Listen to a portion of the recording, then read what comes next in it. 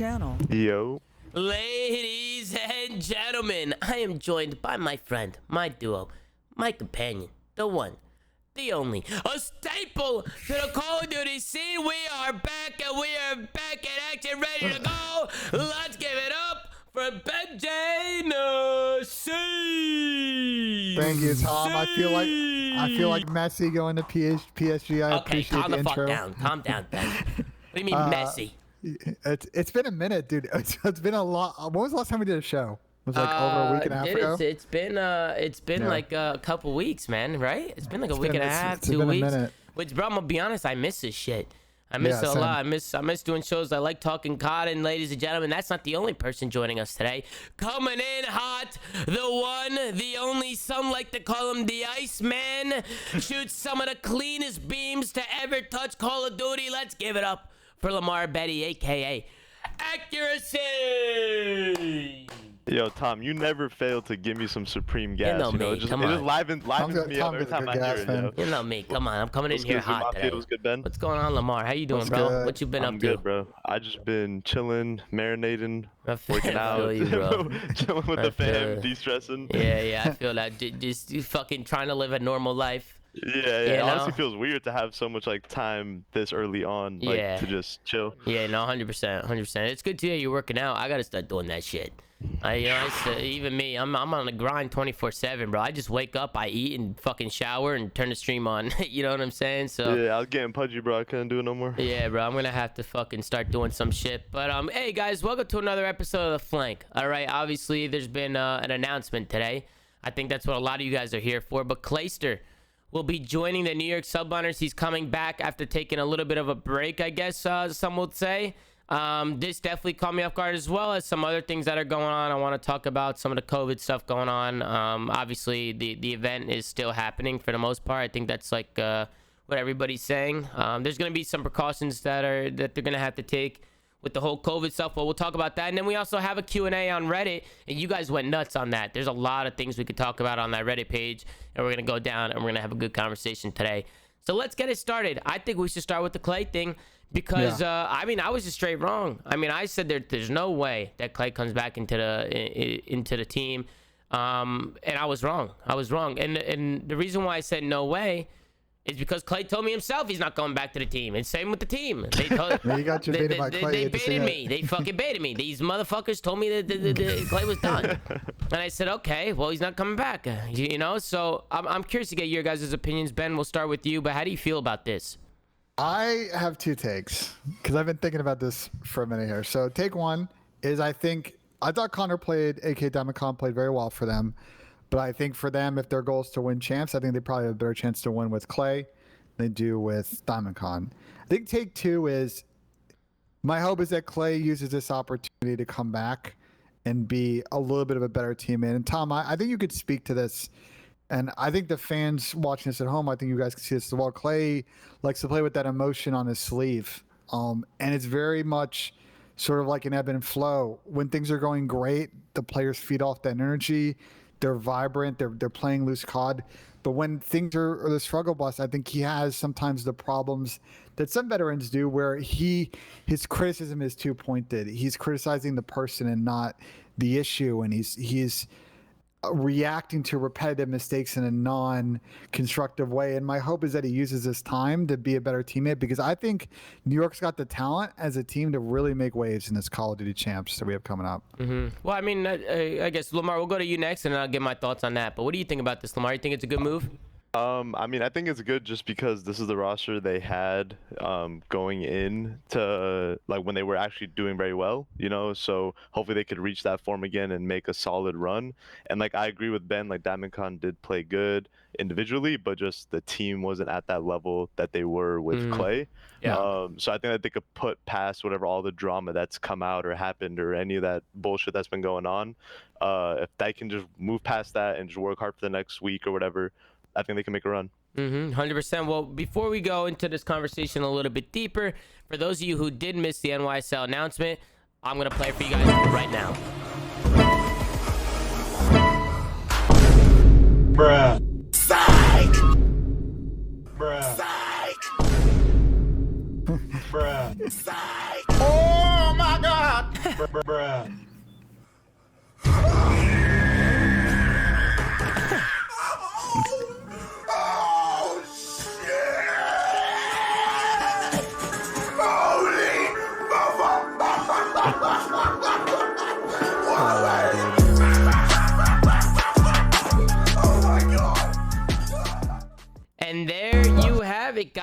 was the announcement released for Clay. Shout out to Gersh for, I'm guessing that, so what happened today is, I told the guys in New York, I said, listen, we're doing a show today. Obviously, there's a lot of talk around Clay. Even before it was announced, I feel like a lot of people knew he was coming back. It was just all over the internet. It got leaked. As all things happen. And it was all over the internet. Once it's over. So I said, listen, I'm going live with the Flank today, and we're talking about it. So if you guys want to get an announcement up, I recommend getting an announcement up because it's leaked. And they understood that too. Yeah, I mean, we should probably, So I'm guessing Gersh just made this up real quick and fucking released an announcement. He did a good job, man. He got a lot of memes in there. I'm glad that myself and Messi were used for content in this video along with KSI. Yeah. Ben, before we started the show, you were talking about Lamar. He thinks he's a hot shot because he's being used in memes now and stuff. So Ben's like, he's like, You're picking the worst photo. A photo we took at like a random shop at like the Eastern Mall in Columbus. Oh, wait, that's like that Ben's getting an ego? He's getting, that's exactly where I'm going with this. And I'm laughing now. I look so goofy wearing a North Face, but it was like 10 degrees outside. You're talking about this photo, and bro, it's actually fucking comedy, dude. The worst photo of all time. Dude, what is that? This is like World War II, Ben, right? This is like World War II. Yeah, World War II, like the middle of the winter. Dude, Lamar, do you remember Lamar, do you remember like the first weekend in that league, we all came in, and then it was like a massive snowstorm the next day. Yeah. Like 12 inches. It was that fucking weekend, man. That weekend. Like, they're doing you dirty. It's all good. Dirty, bro. Ben, but you're also being put in videos like this, which is pretty cool. Yeah, it's good content. Yeah, it's good content, bro. You know what I'm saying? They followed Messi after me. I appreciate that. I'm in the same category as Messi. No, I don't know about that. I don't think it's anywhere close. Don't get too ahead of yourself. Yeah. You gotta chill the fuck out. You gotta stop saying it. It's like 3 times now he said that shit. Ben, your camera also keeps freezing. What's up with the quality, and why are you freezing, and what's going on? I don't know why I'm freezing, because I'm not freezing on my end. I think I've been having weird internet issues the last couple hours. Internet? So it might be that, yeah. Okay, well, we also got Tactical Rab in the video. Obviously, KSI was the star of it, but good video. Shout out to Gersh. Let's get a worse in the chat. The Clay thing is weird to me. Going back to what you were saying, Ben, about like his emotions and being able to control his emotions and be a good teammate. It's kind of like a double-edged sword type shit, because some people like it, you see the passion in it. Obviously Clay cares a lot about winning, so he takes losses very hard. And I think that's why he just really wants to win. He said, he needed a little bit of a break with his mental health. Things are starting to weigh on him. And I'm sure it was taking a toll on him. But what are your thoughts about Clay kind of taking a break and then wanting to come back in? What are your thoughts on that? Is that a question to me, or is that a question to Lamar? To you, Ben. To you. You're the co-host. I mean, you're never going to take Clay away from that big moment. I think we have seen in his career time and time again that when it comes to the pinnacle event of the season, that he brings his best. What I want to see is not only him bring his best, but bring the best out of his teammates. They have a very dynamic team, but on the flip side, sometimes when they're playing too loose, they don't have that cohesion, and they get kind of lost in the sauce, so to speak. And poor Asim's out there, the only one doing the dirty work on the team. So if they can get that cohesion back, start to get a little bit more consistent search in this, right? Like, I really like this team and their map pool, especially in the respawns. For me, it's just like, I just wish he just like stuck it out, because I feel like the team would have been left in a better spot if they kind of just ran through a rough patch together. Or maybe it was better for them for Clay to step back and just take a break, and now to come back and just kind of be off that like high energy, like fuck it, I'm fucking back type energy, and have Clay go into it, kind of as like that, send him to the wolves, come back leading the pack kind of mentality that Clay always has. Like, he has this like aroma around him now where everybody's wondering what Clay's gonna do at champs. You know what I'm saying? He's fired up. Like, Clay wants to come back. He saw the team struggle at Major 5. And now he wants to come out and try and make a fucking statement with the team. From what I've heard, the team's doing well in scrims, but they were doing well in scrims with Diamond Con. They were doing fine, and the event told a different story. Now, granted, it's just a weekend of COD. Anything could happen on a weekend of COD, but they definitely didn't look like the best team out there. I think they were still making a lot of little mistakes, which is what Clay was bitching about a lot. And I think it's going to be up to them to kind of, come together as a whole and try and figure out what's going on.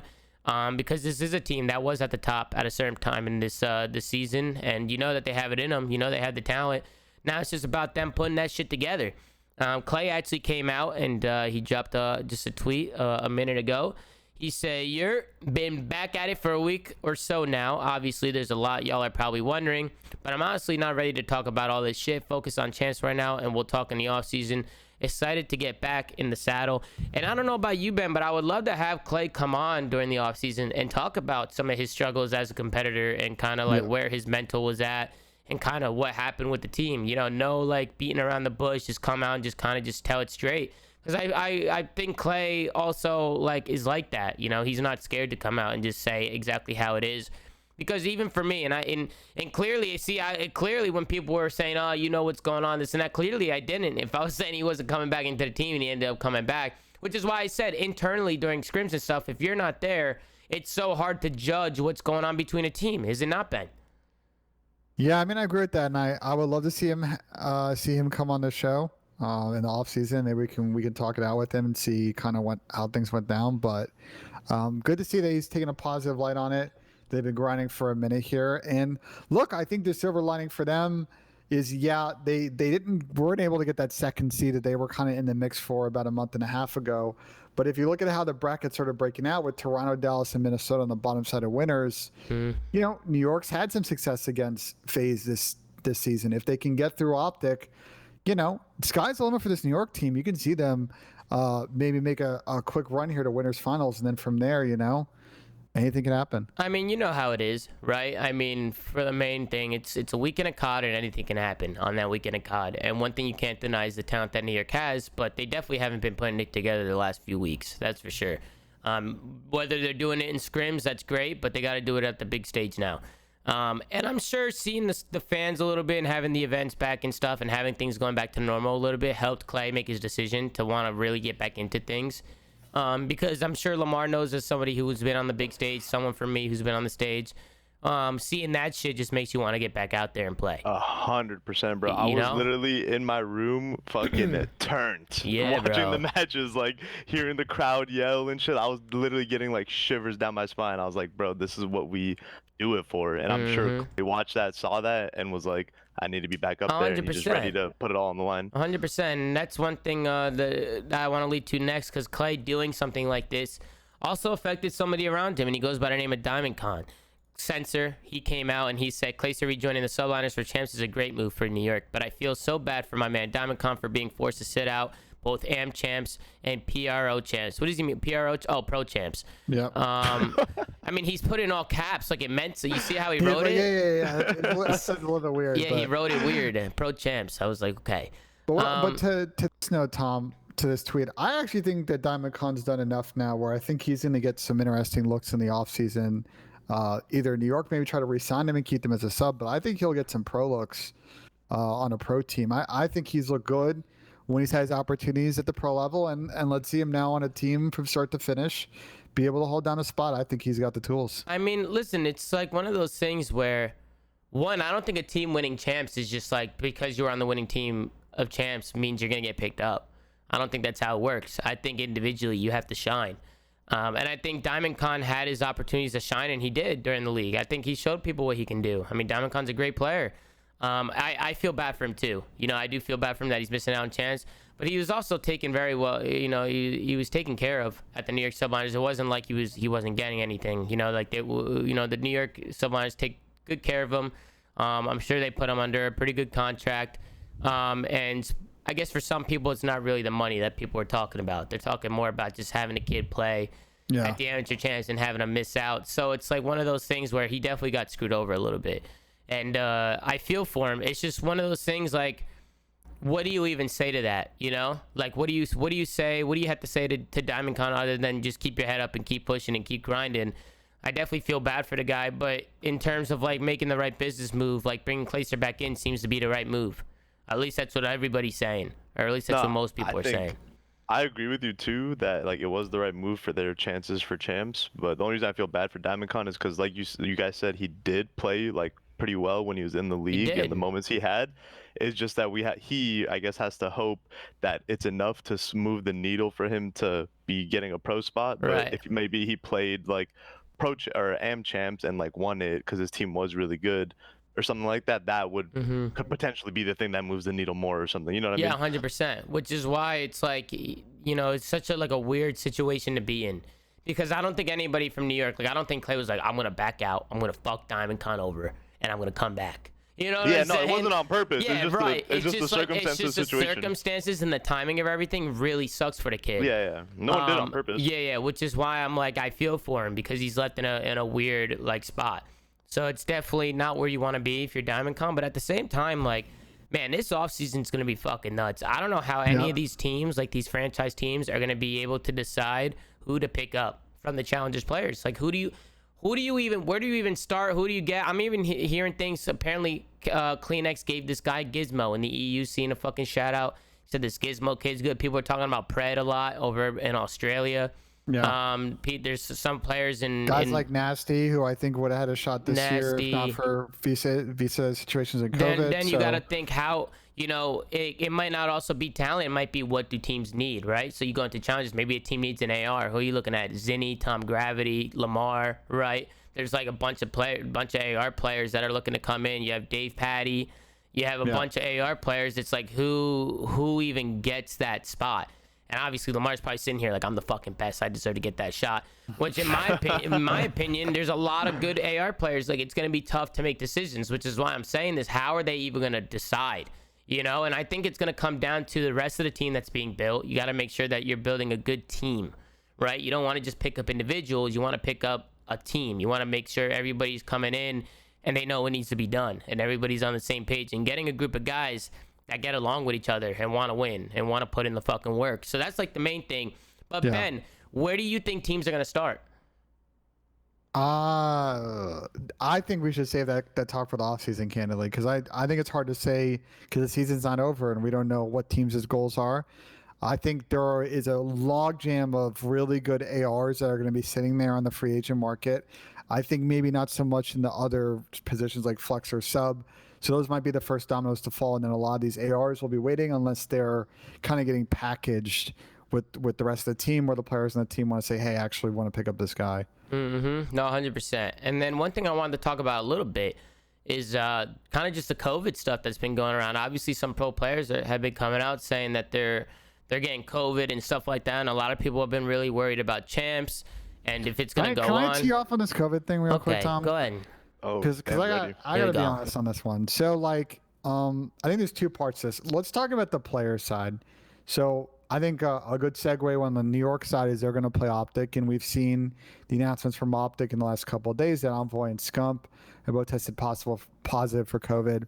I was a little surprised going into Major 5 and what I saw at Major 5 of players and how they were interacting with the crowd and the other teams, that a lot of other teams were not thinking, you know what, like obviously Major 5's gonna have a lot of emotion, fans are there, but we need to like protect our safety first on the off chance that one of us gets COVID and then we get screwed for champs. I was very disappointed to hear that on Sunday night a lot of the pro players ended up hanging out together with each other, and I think it's hard to say if that caused some of these positive tests, but I just seemed like across the board the pro players just didn't really prioritize their safety and health. And kind of maybe exacerbate the situation a little bit. I have something to say about this. I wasn't there at the tournament, but what's the difference between them hanging out Sunday night and then also just what's the difference between that and then intermingling all through the weekend, going to each other's rooms, messing around backstage? What, like, is there any difference? I mean, I think that's just as bad. I think if I were a team, I'd be wanting to make sure that my players are keeping safe. You know, a couple of COVID positive tests, you need a couple of weeks to get back and ready. Like, it could derail the entire part of our season. We shouldn't be costing and risking that over Major 5.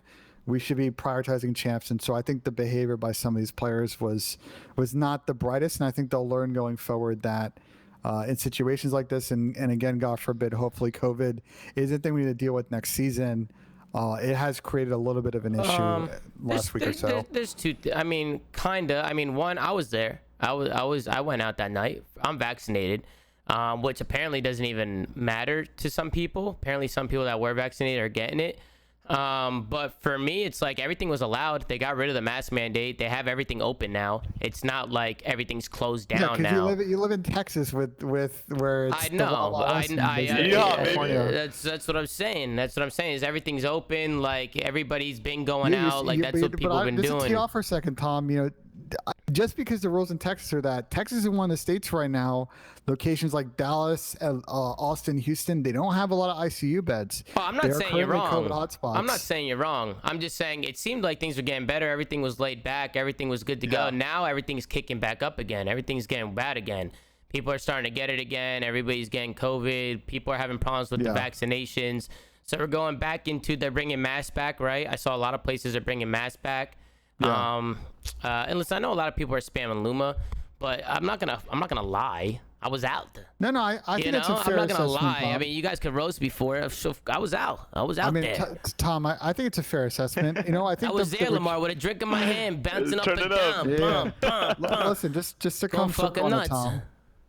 I think there was a couple of weeks there where prior to sort of Delta really spreading in the last few weeks, people felt like things were starting to open up again. It's just gotten bad. Look, this is something we've seen over the last few months. So, a lot of these locations and counties and states have policy on how they ramp up and down some of these protective measures to try and avoid being a hotspot. Yeah. And obviously the league, had to come out and kind of address the situation.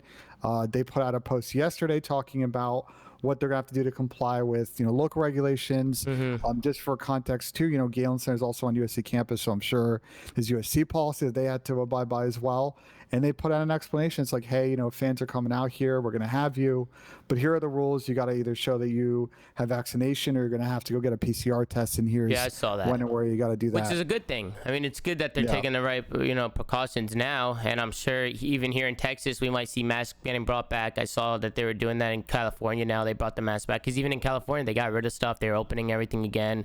Like I'm pretty sure everybody was on that page of things just getting back to normal, like trying to, push it all out. But COVID is a very thin line. There's two sides to COVID, right? Where some, it's very 50-50 with what people think on it. So obviously, I'm not fucking Ben. I'm not like a politician or anything. You know what I'm saying? So I don't even know if I should even be speaking on this.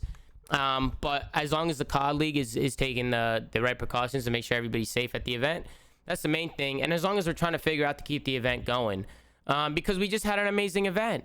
We just had an event in Texas. Event, Tom, but what I'm afraid of is that hopefully some of these players, and we've heard rumors of players that are positive. I don't think other players outside of the Optic guys, and I think Zen also, who didn't even attend the event, I assume he may have got it maybe through some other means. Hopefully some of these players are able. Zen got it. Zen got it, but hopefully some of these players are able to attend this event, and it's not an issue where they're still testing positive and they can't fly out. So yeah, that's what I'm worried about, bro. Because let's say they got it that Sunday and then they didn't get actually infected. Like they caught it Sunday, it didn't infect them until like Wednesday or some shit like that. And then let's say they're over their symptoms and they're done. They feel better because it's been like a week or two. But they're still testing positive. Like, can they what fly? the fuck happens? Can they No, you fly? can't. Well, I think How does the airlines? How do they know? Well, no, the airlines will probably let you fly. You don't have to submit a test to fly anymore. You shouldn't fly. You shouldn't fly. But that is a little irresponsible. Yeah, but if they are testing positive, they shouldn't fly because there's no point of flying, and then you're gonna test positive and not get into the tournament. So why put all those people at risk on the plane? But that's like what happens. Like, there's a lot of people that got it or whatever it is. Everyone's gonna play pickup teams at champs. That's gonna be insane. I mean, it's just the worst scenario. These guys have been grinding all year and not being able to play because of COVID, is not what anyone wants to see. And that's why it comes back to, I really wish the pros had a little bit more restraint amongst their activities to maybe understand that the safetiness here was key. But I guess what's done is done, and hopefully some of these guys can test negative and be able to fly out, get their PCRs in, because we really want to see a competitive chance. I think, as we talked about in the last show, I think this bracket's insane. I think with Minnesota winning in the way they did, and the other top teams really struggling with this event, I think it's wide open on who's really going to win champs at the moment. And there's also, even going back to you said players are going out. From my understanding too, there's players who didn't go out and still got it, which is crazy. It's like, where the fuck are they getting it? Like how, where did this come out? And I was watching the Optic podcast too, and they were talking about it a little bit, and they were like, it's crazy how like when one person gets it, it just spirals out of control. You know what I'm saying? So it just makes you wonder, like, if somebody had it going into the event and maybe gave it to somebody, you know what I'm saying? Like it could have, like some of these players could have maybe got it during the event. You know, they could have. Tom, they could have gotten it a week or two before the event. It sometimes takes a while for it to, for you to test kick positive in, and actually yeah. have it spread throughout your body. So it's hard to know where this spread from, but just understanding that, I think the precautions on the player side should have been a little bit better. Yeah, I mean, I'm not gonna argue with you on that. I mean, if we're getting to the end of the season now, we have one more event to go. Like, if players need to be a little bit more careful, including myself, I mean, even for me, you know, like that's just an L. You know, we're gonna have to hold down the chin and just say we fucked up. But I just, from my understanding, it's also other people who, you know, haven't even been going out. You know, people who have been just doing their own thing that are still getting in. They're sitting there like, how the fuck did I even get it? Which is scary. And especially if somebody, I was back home in Jersey the other day and I was kicking the ball around with some friends from high school. And my friend got it, and he told me he got it 2 weeks after getting vaccinated. He got vaccinated 2 weeks later. He was feeling sick, and he went to the fucking place, and he got diagnosed with COVID after getting vaccinated, which to me was a huge red flag. Now I'm here, I'm like, dude, you know, I got this fucking vaccination. Is this shit even like? Does it work? You know, does this shit work, Lamar? I'm not a doctor, Tom. You know? No. Let me answer this question once for all. Again, I'm not a doctor when I say this, but the idea of the vaccine is to help reduce the spread, but the vaccine is very, very, very effective in keeping you out of the hospital, right? Yeah. As young people have a very low percentage chance, right, of getting COVID and it really chalking your lungs, but it does happen. The last thing that any of us want is you be unable to breathe, your O2 levels are bad, and you now got to go to the hospital and hope you get better. And that's what the vaccine prevents. Well, I heard that the vaccine, even if you do get COVID, if you got the vaccine, it doesn't hit you as hard. That too, you know, like which I'm not a doctor. I could be spewing fucking a bunch of bullshit right now, which is, you know, I see a lot of people spamming Lumas, so I'm guessing it is bullshit. But at the same time, I also don't trust any of you motherfuckers in the chat, because some of you guys are acting like fucking doctors, and you guys don't know jack shit. You know what I'm saying? So it's like, it's really hard to know, like, what works, what doesn't work. Kind of like, it's just scary. I just feel like we're living in like a crazy world right now. It's crazy times, man. Crazy times. I also want to, like, I guess you want to knock the pros for that, for like their, you know, they didn't take the right precautions, but they also went to Major 4 and were probably doing the same exact things they were doing at Major 5, and no one got it. So everyone's like, yeah, like, we're good. We could just chill again, just like we did at Major 4. And then I think Major 5, the timing was when, like, COVID started picking up a little bit again. Delta started picking up a little bit again. Yeah. So it just, like, took one bad apple to just get everyone. Yeah, that's how you get a spreader and event. I also just hate how divided the world is. I even see people talking about, listen, I don't like to talk about politics on my stream ever, but like to see people just like, if somebody supports this side, somebody supports that side, people are going at it, people start throwing personals. I see people attacking each other. Oh yeah, everybody going fucking crazy, this. which is like, I understand it. Like, I understand people are very passionate about their beliefs, which is a good thing. But then at the same time, it's like we also need to come together, you know, and find a solution. But it's hard. Like, it's not easy, right? It's very mixy. Obviously, I don't want to talk about politics on here because we're not a politics show. But it is a scary world we live in, and I just hope to see things get back to normal as soon as possible. But it seems like things are getting worse again, so we might need to go back into lockdown. Which that's what no one wants to say. Nobody wants to see that. Nobody wants to see that. What other stuff do you want to talk about on the show today before we go to like questions? No, I was gonna go right to the questions. If you want, if you had anything else, I mean, other than there's not much to talk about other than, you know, we got champs coming up and we can give our predictions on kind of what we think is gonna happen. But we already did that in the last episode. We did it on Wednesday. So Tom and I think our plan was we're gonna do a show on Wednesday, right, just to test the setup and everything, and then we'll do one each day of the tournament. And then so for me, I'm gonna rent a PC. We already got the hotel room. Probably link it up to a hotspot, couple monitors, and we got some microphones that we can hook up. So hopefully everything works. And I think I'm getting there a day early, so I'm gonna go pick everything up. And then Ben, I'm gonna be getting in there on Tuesday. So. Okay, so you can help me out, and then we can try and get everything going, and we'll have a great episode before the show, before champs, and then obviously we'll have a lot of content during champs. But then that leads me into the flank Q&A, and this was the first question. What will the flank in the offseason look like? Storytime videos are great. Maybe do mini episodes as things develop during Roster Mania. Gonna miss COD and the flank indulgence over the offseason. Shout out Zoomaa and Wen. I think a lot of in the offseason is gonna be a lot of roster changes, a lot of Roster Mania. A lot of people are gonna be moving back and forth. So we'll probably be talking about that a lot, as well as any other shit that pops up, because, you know, in the COD scene, shit's always popping up. Shit is always happening in the COD scene. So speaking of that, the Surge thing, you saw the Seattle Surge shit? Did you see any of that stuff, Ben? Yeah, I talked to Bob Morris on the side last night. I think we'll do an episode with Bob and maybe a few other people and around that team, maybe in the offseason, just kind of talk through the last 2 years and kind of maybe they can give context to what's going on. I think that's going to be kind of a lot of the content you and I are going to do.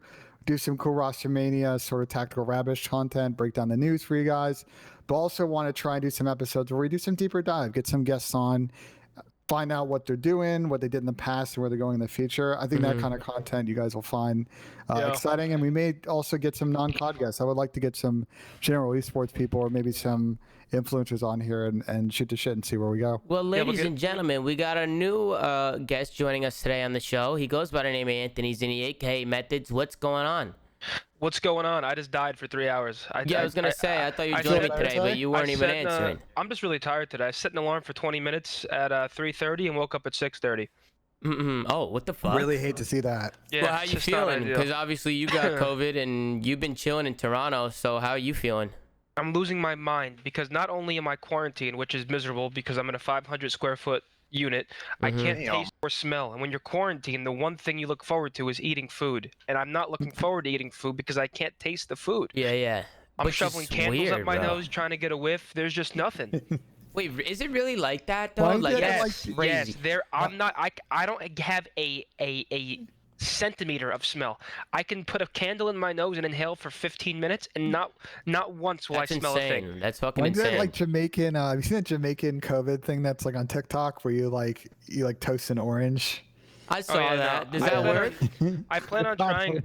I plan on trying all these home remedies after like all my symptoms are gone. I don't think it makes sense to do it like while I still have, like, you know what I mean, like while I have different, like I'm congested and whatnot. So Sometimes I to eat beer at tacos because those do hit. To be fair, I actually just ordered tacos because it comes with you're supposed to eat really spicy stuff, and it comes with like a really spicy salsa. So I just got grilled chicken tacos, and I'm just gonna deep throat those. I mean, I'm curious just to see how like your symptoms play out, and just because I kind of want to know more about it. So I'm curious. It's crazy that you can't taste or smell or do any of that shit. I know you've been complaining about it the last couple of days, but that's fucking nuts. That's fucking nuts. Check the chat real quick. Yeah, sure, no problem. Let's take a look. Yeah, we were talking about that, Ben. Before we get into these questions, just kind of tell the chat a little bit, because some people seem confused in the chat about the Seattle Surge situation. What happened? Because I'm even still trying to get it. I missed everything. Like, everything got deleted, and I was just seeing what the fans were talking about, or the supporters. I know some people don't like that word, fans, but the supporters were talking about stuff, and I was trying to get an idea of kind of what was going on. But what the fuck's going on? Because I'm fucking confused. They took out a loan or some shit? Nah, so there's two things. So one thing I can kind of explain. The other one I'm going to kind of give in broad strokes, but I really want to like wait until we get Bob or someone else from Seattle on to really address it before we just start like making claims about it. So, I think a lot of the people involved with the Seattle org aren't happy or have had disagreements with some of the decisions that have been made in the last 2 years, whether it's personnel, whether it's mid-season transfers. And I think we've seen on and off over the last few months that some of that bubbled up. I think it got bad yesterday when Sam Octane made a post on Reddit, and then Bob Morris, who used to be in the org and is now left, kind of replied. And then stuff was mentioned on Twitter about, and I don't think Seattle was alone in this. So the federal government, during sort of the beginning of COVID, rolled out a program, the Paycheck Protection Program, PPP, and it allowed businesses to go ahead and get this loan to be able to cover employee expenditures, right? The goal was to have employers not to cut the salaries or the daily or hourly rates they were paying people, to be able to just offset those costs. And a lot of esports orgs took that money. And the thing is, from my understanding, entities that were venture capital backed were not really supposed to take that money. So I know that there was a Jacob Wolf article that he kind of went in depth and kind of broke down some of the orgs that took some of that money. So I think there was sort of sentiment around that. Again, would like to have Bob come on, or anyone else from Seattle, so to explain the context there, and maybe we can sort of ask them a few questions. Yeah, there's two sides to every story. One thing that caught my eye was just Octane was kind of against Seattle for most of it. I saw him make a couple side comments about it. I just didn't really understand it, but thank you for clearing that up, Ben, because I wasn't really getting it. But we'll see what happens with that. I think if we could get Bob Morris on the show, that'd be dope. Just have him kind of talk about it. Here's the reality of franchising, and it's like we all want the best for it. There will always be organizations, especially when we have a very minimal amount of teams, that are going to be just like they're going to pay their players the minimum, and that's what it's going to be. Like obviously this one's a little different, but that's probably one of the biggest problems with franchising is, at least from the outside looking in, like I guess from the inside looking in, if we obviously have a little more info, there are some organizations that just don't seem to care currently. Well, Seattle is definitely and it's one not of them, a lot of them. It's they've had their problems in Overwatch. Famously, they had a very good South Korean team. COVID happened, the team went home, and they decided to go in a different direction. They brought in a team that wasn't as competitive as some other teams in the league, and they got a lot of flack for it. So I think it's just contextual with a lot of the decisions around that org and the decisions they made about CDL or I don't think it's fair to even compare them to the other orgs that Zinni was talking about, because Seattle was throwing cash around compared to the other orgs for sure. It's not even remotely close how much more money they were spending. Yeah, Seattle paid their players very, very, very, very well. So honestly, I don't blame them if they do like switch tune and don't throw the bag, because they obviously didn't have a very successful 2 seasons. On land they did, so I mean, I don't know. Maybe bad decisions were made, but to say they don't care like the other orgs that Zinni was implying is insane, because they definitely spent like they spent like 30 times more money than the other teams, so clearly they care. So maybe COVID has something to do with it, but I mean the truth is a lot of these franchises just aren't endemic to esports. Like a lot of these are just like, whether they're sports teams, business people, and now they're trying to come in and now they're trying to figure it out. Like most of these teams were not here like Hector was or like Nate was, right? Like the only thing I'll say, Zen, is that the Seattle/Vancouver Titans org is part of a venture with Luminosity Gaming, and they have a rich history in COD. They have a rich history in esports. I don't want to slander them, but they've also had a history of making controversial decisions in some of these esports. So this is not a like solo situation in terms of some of the decision making over the last 5 or 6 years. I mean, a lot of it comes down to is, it's not just about spending money, it's also using it in the right way. There's players that are on the minimum that are way better than players that are on like a crazy contract. I think a lot of that comes down to sometimes that you just kind of get the shit end of the stick, right? A player might just be a fucking superstar, get a fucking max contract, and then all of a sudden just not playing his best COD. I mean, it is what it is. You know what I'm saying? Yeah, that's the way it works. That's the way it works. I agree with what Zinni a little bit. That there's just like, I feel like a lot of these players going into it, signing new contracts, aren't going to receive the same number that they think that. I don't think a lot of people are going to get the number they think they're going to get. I don't think they are. Just because a lot of these teams don't have to give them that number.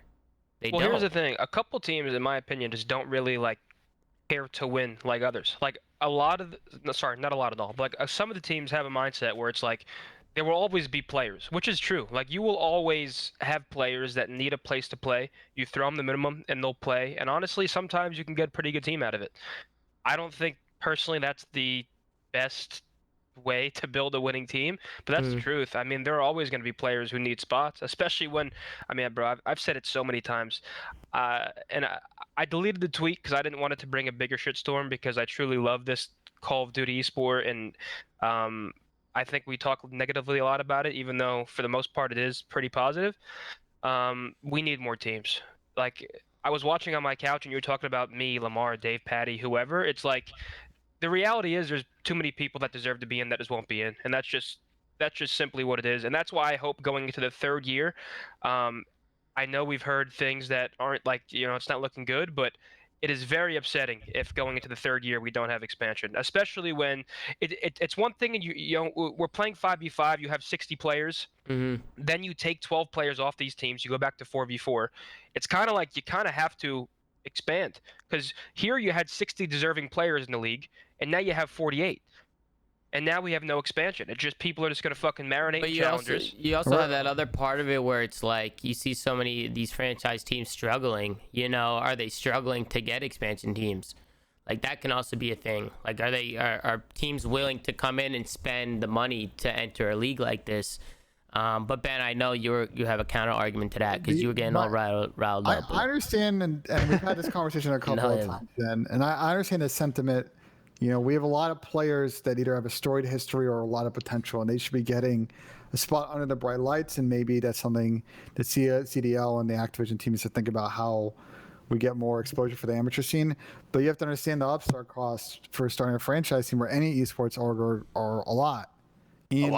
And it's not A even just lot about of the money, bro. It's not even about the upstart costs. It's also trying to find that talent, that front office talent, a coaching staff, even the behind the scenes people that book flights, sell sponsors, do the team whole logistics. company, It's bro. not easy to find that. Yeah, you're basically spinning up a whole entity. So It's not easy, but bro, it's not a Overwatch particularly has 20 amazing teams. Are we acting like? Do you think 12 teams is enough? I would For like to this see org- 16. That's like the number I Bro, want to see. we've had 16 teams in Call of Duty esport history at all times when it comes to a league, and it was very competitive. There were obviously some teams, but it's hard to say because, for It wasn't example, a team 16 like competitive teams, though. I'll say that. okay, well, because Mind Freak was living in Australia, they weren't getting the quality of practice that we would get here. Now, in the franchise model, you have every team in the U.S., and now teams are a lot closer. People are a lot better. There's a lot more challengers. There's more coaches. There's just a lot more into it now. All I'll say, Zen, You is put that Mind Freak in World War II in America practicing, I can guarantee they were at least better than they were. what I'll say, Zen, is that it is not an amazing market right now for teams to spin up an esports org. It is a tremendous undertaking, especially in a time period where things are still a little bit locked down. We have talked time and time again on this show, like with these franchises, the key to their long-term growth is local market engagement. You really can't do that right now. You can't do fan events. Look at what happened with Major 5 when it's really tough when you have family-related activities. You got to be careful about players getting COVID. I mean, I agree with you. So with the I COVID understand thing. the hesitancy. I get that COVID throws a wrench in things. Yeah. Obviously. I'm sure I'm sure that in an ideal world, I agree with you. They'd probably want to continue to grow and get more locales and entities involved and continue to grow Call of Duty esports. But, COVID's unfortunate. I think it's not just a Call of Duty problem. I think it's sort of a global problem, has slowed some of this growth here. But to your point, like, I don't think what we would have, though, in that situation, still 16 competitive teams. I think even now we saw a clear dichotomy between like the bottom 4 or 5 teams in the league and everybody else. The 12th place team just beat the first place team. Yes, and I was about to say, yes, in the last event, Seattle did come out and play very well, for example. But where were they the other 4 events of the year? Yeah, but hold on. What's wrong with that? They're online. Like, hold on. Like, what is wrong with that? There But are everybody- teams but in everybody else sports is that playing fucking online as suck well. balls. What is wrong with teams not being good? More teams is better for everybody. In sports, every single team doesn't go to playoffs. Every team isn't at the World Series. What is wrong with teams just not being as good as other teams? That's what's going to happen in sport, in competition. You don't need 16 number 1 teams. You just contradicted yourself, Well, you though. can't. Wait, how Well, did that's I the way contradict competition works. myself? Someone's gonna win and other people are gonna lose. Wait, how am I contradicting myself? Because you were sitting here 2 minutes ago talking I about how we personally need think that you 16 could have. competitive teams. I do think that they would be competitive. I don't think you'd have a clear-cut 16th. This team is incapable of winning team, not in this day and age. And you look at like challengers in Europe. You obviously have the Australian players. You have a lot of NA challengers talent. I truly think that you can make a competitive 16-team league. Like you have players like Nasty, Gizmo, like.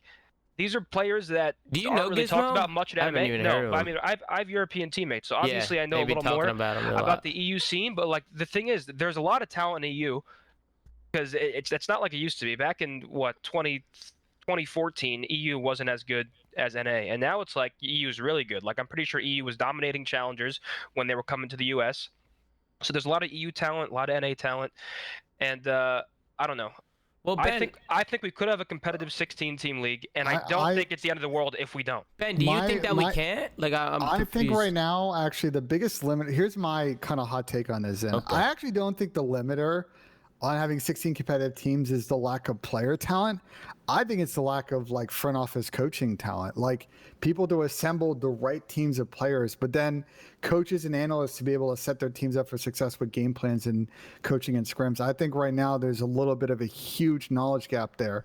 I think it's going to get solved with, a generation of pros transitioning into those roles and bringing their experience and make some of these teams better. But I think right now, like, I don't think the 16th best team in the league is going to have an amazing coaching staff. I would be mind-blown if that happened. Yeah, but you kind of have to like. you have to develop it. I don't think not having a clear-cut candidate for a coach is a reason not to have more teams, right? Like coaches, honestly, there's probably a lot more coaches than we know, right? Like for the most part, we know challengers players. We don't know a lot of the coaches for the most part. And if you talk to the successful challengers teams that have coaches, I'm sure that they tell you that their coaches are good. And I mean, bro, we're at the point where some of these former pros are going to start becoming coaches. Yeah. Like, so that's definitely fair. I'm not going to start naming people because I'm not sure who's still trying to play, but there are definitely some good candidates for coaches coming up. I just think So it's we'll a lot see. harder to spin up an org than you realize. Someone just can't walk up to Activision and be like, "Hey, I want to have an esports team." It's a little bit trickier. You're signing a commitment to spend a lot of money within the Activision ecosystem, and that's not a particularly large pool of individuals that have that access to liquidity and capital to do so. I don't know. I would go buy Simp and Abizi and not even have a coach. What? Well, that's I don't know. I don't know if I agree with that. That's what I do. I go buy Simp and Abizi and sell him, and I wouldn't even have a coach. Listen, guys, you guys go do you. No coach for you. Have a good fucking time. Nah, I think those guys are good, but I think a coach helps, especially a good coach. If one that's sitting in, that's watching every little thing, and can be like that kind of odd man out, that's able to just tell everybody how it is. Yeah, I'm just Because- trolling, man. Because even with like the top teams, like I'm sure they had their own struggles and their own arguments and stuff like that. Any team trying to win does, but for the most part, let's get into some questions, man, that are on this Reddit, man. I'm scrolling through it right now. I see somebody said, does Clay still scrim with the NYSL? How do they look? This was probably before, it was before the announcement that was made, but yeah, Clay's been scrimming with NYSL for about a week now, and they look good. I've heard that they've been playing well. I heard they've been playing top teams, and they've been playing them well. Yeah, Brian Singh actually tweeted about it, Tom, while we were doing the show. What would he say? He said basically to the extent of like, if we're going based on scrims right now, New York's the clear number one, and everybody else is playing for second. Is that what he said? Yeah. Well, yeah, I mean, that's like, it's cool to see someone like that say, because a lot of people think I'm capping. I mean, I'm just kind of going based off of what I hear. But they were doing good with DiamondCon and scrims. Like, it is what they were doing good beforehand. Before Claven came in, I heard that they were doing well in scrims. I was talking to even just talking to some other pro players playing, and like, yeah, New York's good. Well, he played them like they were playing well. Obviously, the event showed a different story, but even at the event, even against like 100 LA Thieves, I think they could have, that Apocalypse Hardpoint could have went to a map number 5. I think there was a huge mistake at the end of that map that New York made. Like, that series could have went game 5, and that could have went either way. Like a lot of these teams, it comes down to so many little tiny things that you just never know what the fuck's gonna happen. But let's go through. Let's see what else is going on. Somebody said, okay, Ben, I don't know what this is all about, but apparently you like anime porn. Yeah, Is it the hentai? So this is a long story. It's actually like, I kind of really didn't want to talk about this. No, it's actually like dead serious. No, let me explain. Go ahead, Ben, explain. I've had someone kind of trolling me and hacking my accounts for like 12 years. And my shit got hacked over the weekend. So I didn't want to call attention to it. No, I'm being dead serious. No, I'm being dead serious. I didn't want to call My attention friend to sent it. that text. Yeah, just say you accidentally liked it. Fuck! You said you got hacked? I'm not. I'm being dead serious, guys. So somebody hacked your account. I'm being 100% dead serious. So somebody hacked your account, liked an anime tweet. No, they changed a bunch of other shit too, but. Okay. Well, listen, we don't need to talk about that. All I know is if you're into that shit, there's nothing to be ashamed of. There's nothing to be ashamed of. Certainly not, but I'm being straight up about it. There's nothing wrong with it. There's nothing wrong. You claim like we'll support you. We're your friends. I really didn't want to talk about it because I don't want to give attention to the person who's been trolling me for like over a decade. Okay, then we'll move on. Question for Ben: each team paid $25 million to get into the league. Where does all that money go? With production being bad, servers crashing, and online matches for most of the CDL, I'm not sure exactly where it all went. The reason I was asking, however, is I was thinking of ways to improve challenges and was wondering if the league could give every team some money to afford academy teams. If every franchise has academy teams, it would make challengers a lot more supported and a lot easier to follow. Could the league theoretically provide teams with funds to do so? And real quick, just to touch on that a little bit, challengers needs more love, bro. Yeah, Challengers chances going on, and I'm over here streaming it. There wasn't even a mainstream. Like, there was a mainstream, but nobody even knew about it. I didn't even know half of the matches were going on. My chat was trying to guide me through what was happening, but like a lot of it just wasn't promoted, and a lot of it wasn't shown or wasn't broadcasted at all. Like, these are like a lot of those guys in challengers is young upcoming talent. Like, these are some of the new guys that are gonna be coming in. This is some of the stuff that we had to talk about, which is, I've been doing the best I can to just talk about it and try and give it more recognition, just because I think there's a lot of young players down in challengers who have been making a name for themselves, but nobody's talking about it. Nobody's really talking about it. But Ben, I'll let you answer the question since it was for you.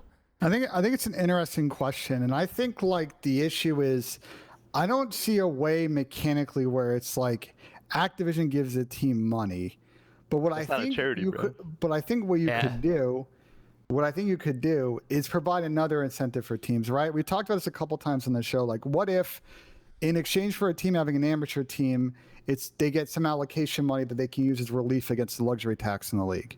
Like, there are creative ways where you can incentivize teams without giving them a direct subsidy, right? Direct money in hand to have an amateur team. But, you incentivize them and say, look, if you roll out these guys, you have the cap relief, but you also get the other added benefits of having a challengers team, right? You have a talent pipeline. You can go ahead and find individuals to go ahead and maybe be a future member of your team in 1 or 2 years. So I think there are solutions out there. I'd like to see maybe CDL and team kind of explore those. Can I comment on this? I'd also like challengers. Yeah. Sorry, real quick. I'd also like challengers to have a little more infrastructure where, like, maybe the game being played in challengers is similar to the game being played at the pro level. 20 hertz to 60 hertz is not the same game.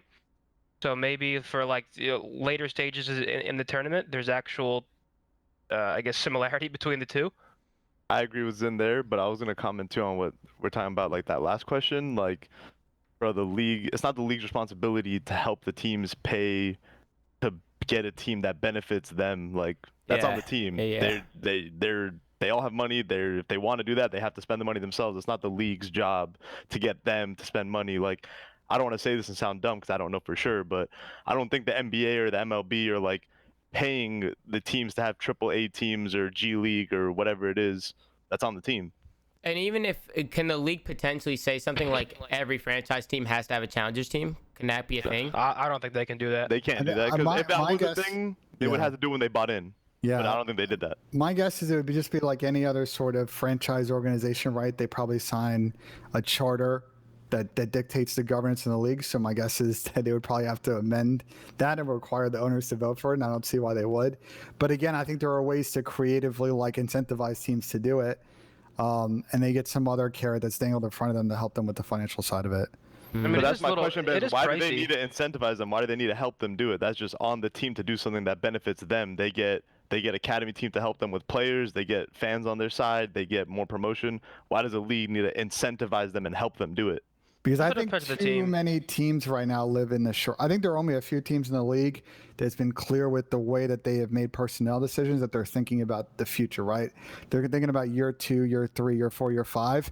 I think there are a lot of teams in the league, and I think Zim was touching on a few that live in the moment, and I think that's the issue. I think it's about getting teams to think long term instead of how do I get through this season and deal with next season when I get there. I mean, it depends on the team too. If I'm FaZe, I'm not having an academy team. We're good. But they were one of the first teams last year to have an academy team. And one They of were- the they were one, thinking about one it. of the only teams that have a good And now sub. but now they don't have one. So maybe they didn't seem it necessary to have a full academy Same with New team. York. New York started with an academy team too, and that went out the woodworks. You want to know what it was Here's the- too? New York did the here's- opposite, Tom. They Here's they the didn't biggest have an problem with academy team teams. last year. Hold No, on. I'm talking about this year. Here's the Yeah. real for the most part. Here's the real reason why teams have academy teams. They want these challengers players to sign, then they want to sell them. But no one wants to buy a challengers player for the amount of money that they're asking. We heard it this year with Nato, which there was a rumored number, whatever it may be. For the most part, when you have challengers players signed, your goal is when they win and teams come and knock on the door to buy them from you, you want to sell them. Yeah, A lot of but the time, the you're- numbers it's just go high. literally, yeah, it's a Your profit. beef is with the eons of capitalism, right? The problem in that situation is New York setting the market, and so your problem is with New York and the asking price and the valuation. I also think that this is a weird year for challengers because it was all online. So if I were a challengers player and I was a squad of guys like an Easter or Wester, for example, there's no point in signing with an org and giving them prize cut because, well, I don't need travel support. I'm not going into events. I'm playing from home. So very curious to see how the challengers ecosystem plays out over the next couple of years. Like all things considered, guys, if you step away and like look at esports in their second tier and third tier competition, like COD's actually got one of the most developed amateur tiers compared to some of these other esports. And it's supported by a lot of endemic AM orgs that keep that ecosystem going. So I think once we have events back, I think the cycle there will kind of right itself. But I agree with you a little bit that like the valuation of players needs a little bit of anchoring in some of these situations. Listen, I know a lot of people talking about the Nato situation too a bit, but New York was giving him a salary and they weren't trying to sell him for anything crazy.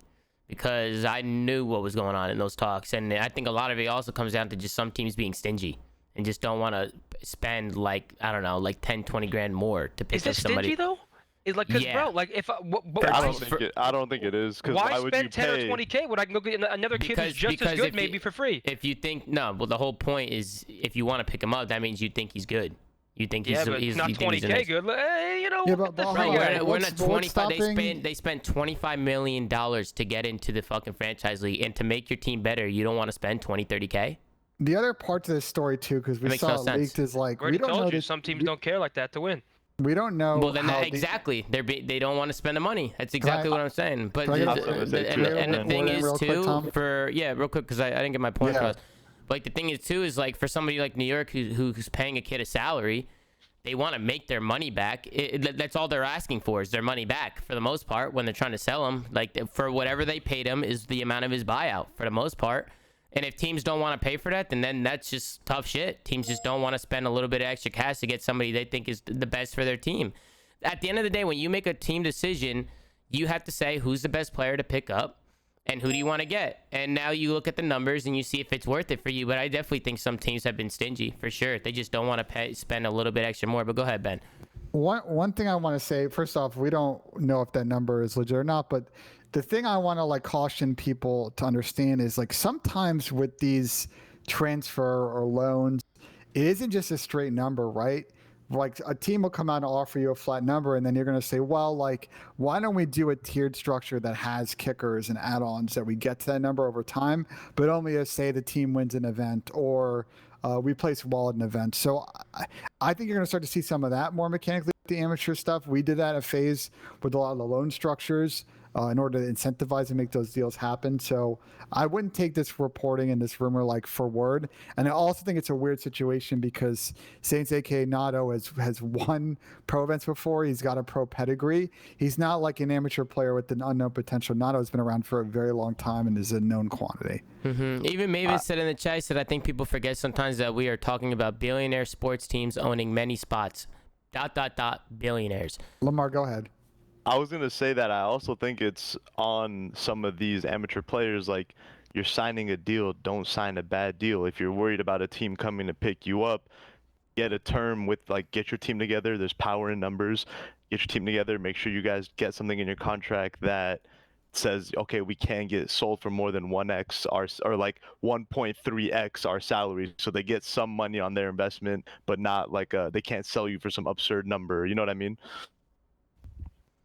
You talking to me or Ben? I agree. I think there's more mechanics to these deals than people realize. It's not just money. It's on one them way to and then a not player get that screwed way. over. Like, Yeah, sign a good deal, negotiate something good, get something in there with your buyout, like that they can't sell you for 5 times what they paid you, set some multiplier or whatever it is. Like, get creative and it'll work out. So what you're saying, Lamar, is to read a contract and try and negotiate a good contract for yourself, is what you're saying. People don't think of that stuff. They just see the number, whatever it is, they sign it and keep it moving. Which blows my mind. Blows my mind. The amount of time, and I'm also hearing rumors. I'm not going to say which pro players that already signed with their teams. They re-upped for another 1+1, and I heard some of the numbers that they were signing, and I'm talking superstar players, and I was mind blown. I was like, why? Like, why did you sign that? You're gonna have 7-8 teams knocking at the door because of who you are. And I'm not gonna say who it was, but I'm just sitting here, and he knows who he is because I was talking to him. I was like, bro, you kind of fucked yourself here. Like, you need to make sure that you're being smart with the decisions that you're making, and you know what you're signing for. And you know what you can be bought out for, and you know what you're worth. You know, like you gotta read the fine lines and make sure that you're signing a good contract, because it's gonna fuck you in the end. It's gonna fuck you. And honestly, that's not really, you can't say anything about the franchises being fucking scumbags or anything. Listen, a contract is a contract. Which is why, for me in the past, when organizations were coming to me trying to change up the contract, I'm like, listen, I signed a fucking contract. This is what we fucking signed. Ben knows a lot about that. I definitely know. I said, listen, I signed, and a lot of players, they'll back down, and they'll just be, because they're scared of these franchise teams, they don't want no problems. They're just like, okay, what do I need to do, this and that? No, you signed a fucking contract. If there's a problem, then I don't know what to tell you. Talk to my lawyer. Go talk to my lawyer. Go talk to my agent.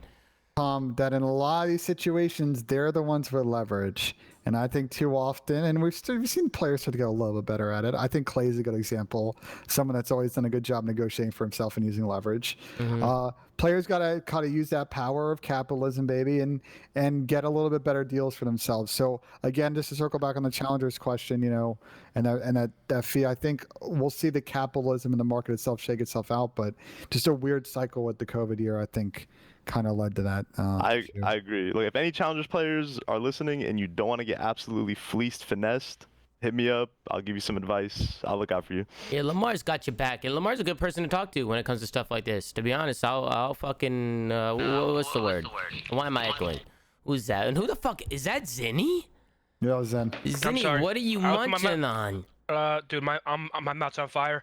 Oh Holy my fuck. God! Pull the mic away. It sounds like you are garfing that shit in the microphone on a podcast. What the fuck is wrong with you? Let's move on to the next question. What is this, AMR? ASMR? No, I was gonna say, I'll fucking, what's the word when you back somebody up? I'll fucking, what's the word? Vouch.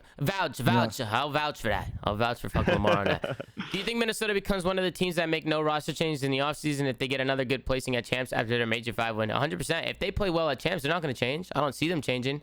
It depends. If they win it, or get like top 2, top 3, I could see them staying together. They won the last 2 events of the year. They won and got top 3. I could see them sticking. I think champs is going to be a really big deciding factor for them. But I'm curious to see what you guys think. Ben, what do you think? I think there may be another team or two that might stick it beyond them if Minnesota wins. Just because I think there are a couple of teams out there that I think are going to be really hard for them to just sort of like find any kind of upwards upgrade in free agency. It'll also probably cost them a few other bucks, and instead they should focus on improving the issues because they've got the skill and inherent talent to win. Yeah, I guess we'll see. Lamar's in. You could probably agree. It just kind of depends on champs and kind of how that goes for a lot of teams. I think it's going to depend on how they do at champs for the most part. I mean, that's just COD. Like people sometimes do good all year and they do something at champs and then whatever, like, you never know. So roster is gonna be crazy. I could see every team changing, or maybe only a couple teams, I think there's gonna be teams that are changing that people are gonna be mind blown that they change. Yeah, it's hard to predict, to be honest. Even some teams that are top 3 might get top 3 the whole year. They might be like, fuck, we got top 3 the whole year. What's the goal? Top 3 or number 1? So maybe you never know what the fuck's gonna happen. You also don't know who's a free agent, what kind of trades are going down, who's talking to who wants to play with who, because that shit also goes a long way too. Being a pro player, I know what goes on behind the scenes. People talk. People want to play with certain people. It's just based off, the best, trying to get the right people to build the best team. And sometimes people get shafted. Sometimes, it is what it is. It's a whole big clusterfuck, and the offseason is going to be fucking nuts. And I think we've said that time and time again. I'm kind of excited for it because I like roster changes. I think it makes things interesting. But let's go on to the next question. Do you think the rumored anti-cheat coming to Vanguard will revive the S&D scene, assuming the maps are also decent? So this guy's saying, what if the anti-cheat comes into play like in multiplayer and shit too? So like people can't cheat anymore? Is that what he's saying? I would hope so. I mean, we'd love to see the S&D scene come back. I would play a lot. I mean, I did chows for a couple nights last week. A couple days I did some chows. What? Sorry. The reason S&D is chalked is not really the hacking. Obviously, it plays a part. The reason is the oversaturation of tournaments these days. Like back when S&D was popping, you had like a couple tournaments a day with super high prize pools. Every team would be in it. Now you have 53 tournaments a day, all with low buy-ins, and the prize is super small. So there's like no incentive to actually play these tournaments all day. So the actual S&D scene needs to change. These tournament organizers need to go back to what they used to do. Less tournaments, more money. But you might be able to help that situation out? Activision. CDL franchises that also have been running these nice prize pool Warzone tournaments. Why don't you run a few S&D tournaments, prime style tournaments in the beginning of the year? Good point. Well, I mean, and that's where I want to gas up the New York subliners. Because they've done like 3 or 4 of those already. Those and they're not even S&D tournaments really. They're variant tournaments. Which is even better in my opinion for people to sign up and try and win a buck and put in get their name out there. But a lot of these franchise teams don't do stuff like that. They don't do stuff where they make tournaments. They pump out a little bit of money and do cool things like that. That helps the scene grow. I think the franchise teams can help a lot when it comes to stuff like that. But let's go on to the next one. Who are your top 10 challengers / bench players to look out for next season in the league? Okay, well, I don't want to go through and give our top 10 because I think it's very, very tight. I think there's a lot of players, and giving a top 10 is just like nearly impossible. But I also think these lists are kind of hard to do because it's not just about who's talented. It's also about what some of these franchise teams need. Like, do they need an AR? Do they need a sub? Like, what are kind of the teams that need to be Who wants to play formed? with who? Who wants to play with who, and this and that. Like, there's definitely a lot of talented players. Now it's about who fits in where. Like, who fits into the right system. Like, do you want to pick up a challengers player that's elite and build around him? Like, I don't know. A lot of it's going to have to come down to the franchise teams, but there's a lot of top players and challengers. Obviously, we have Lamar and Zinni in here who have been well, Lamar, have you been playing challengers?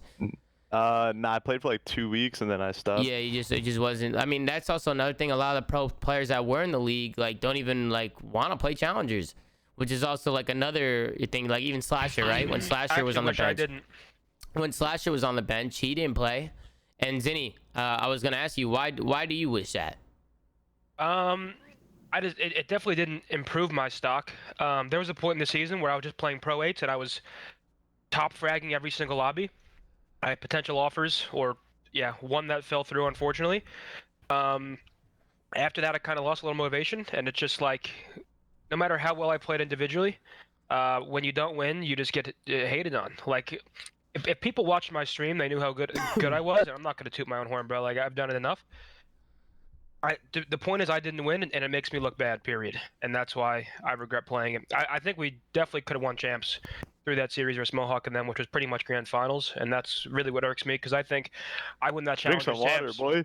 Dude, my mouth's on fire. You sound like you're dying. You sound like My you're mouth is dying. on fire. Going through it right now. Get some milk, man. Drink a nice bottle of cold water. Take a deep breath or something. No, you gotta get milk, bro, if you're drinking spicy stuff. Zinni, you got shit on. See, But like, dude, every I'm just really sentence- confused. You didn't want, like, oh, I hate idiots. No, I you really didn't get do. shit on. I watched. I was You were legitimately frying for most of the tournament. like legitimately shitting on everybody. You had a couple bad But maps here and because I there, didn't like win. everybody. You No, know? I did not. I had one. No, I didn't. I swear, bro. I'll be the first to tell you I wasn't playing well on a certain map. I had one average map on a Garrison Control versus BBG while having COVID. Fucking like peak COVID. So listen, man. Well, I feel like it is what it is. Zinni, you're picking out the one for the most part. At least when we were watching, everybody was saying you were carrying and you were like frying. Like for the most part. Like I know But there's it gonna doesn't be. matter. That's my point. Unless I win, I know, but everybody's gonna jump on the hate train. But then there's also like people who are winning that probably aren't, like for instance that champs team that just won challenges. Everybody on that team's not getting picked up. Of course, I mean, you know there's what I'm enough room saying? for them all. Yeah, exactly, and that's what I'm saying. Is also challenges also has a huge asterisk next to it. It is online. It is host fucking. It's not online like the when people say online and people start flipping out again, guys, it's completely different in challengers. You don't have these servers that the league is providing you that tries to make it an even fit playing field. It's not like that. Teams are literally formed. There was literally a team called Team Canada. So they can all just host from Canada. They're Wester. What do you think the whole point of Wester was? Wester, where they were just all hosting from the West Coast. Like teams are literally forming in challengers based off where people live and how they can host fucking win series. Like stuff like that is you gotta really consider it when you're watching challenges champs. I was like every map I was watching was like, okay, well who's host? Who's host? What's going on? Like give me the whole breakdown. Because if you just go Zinni, please. Mute your mic or something. Fucking hell.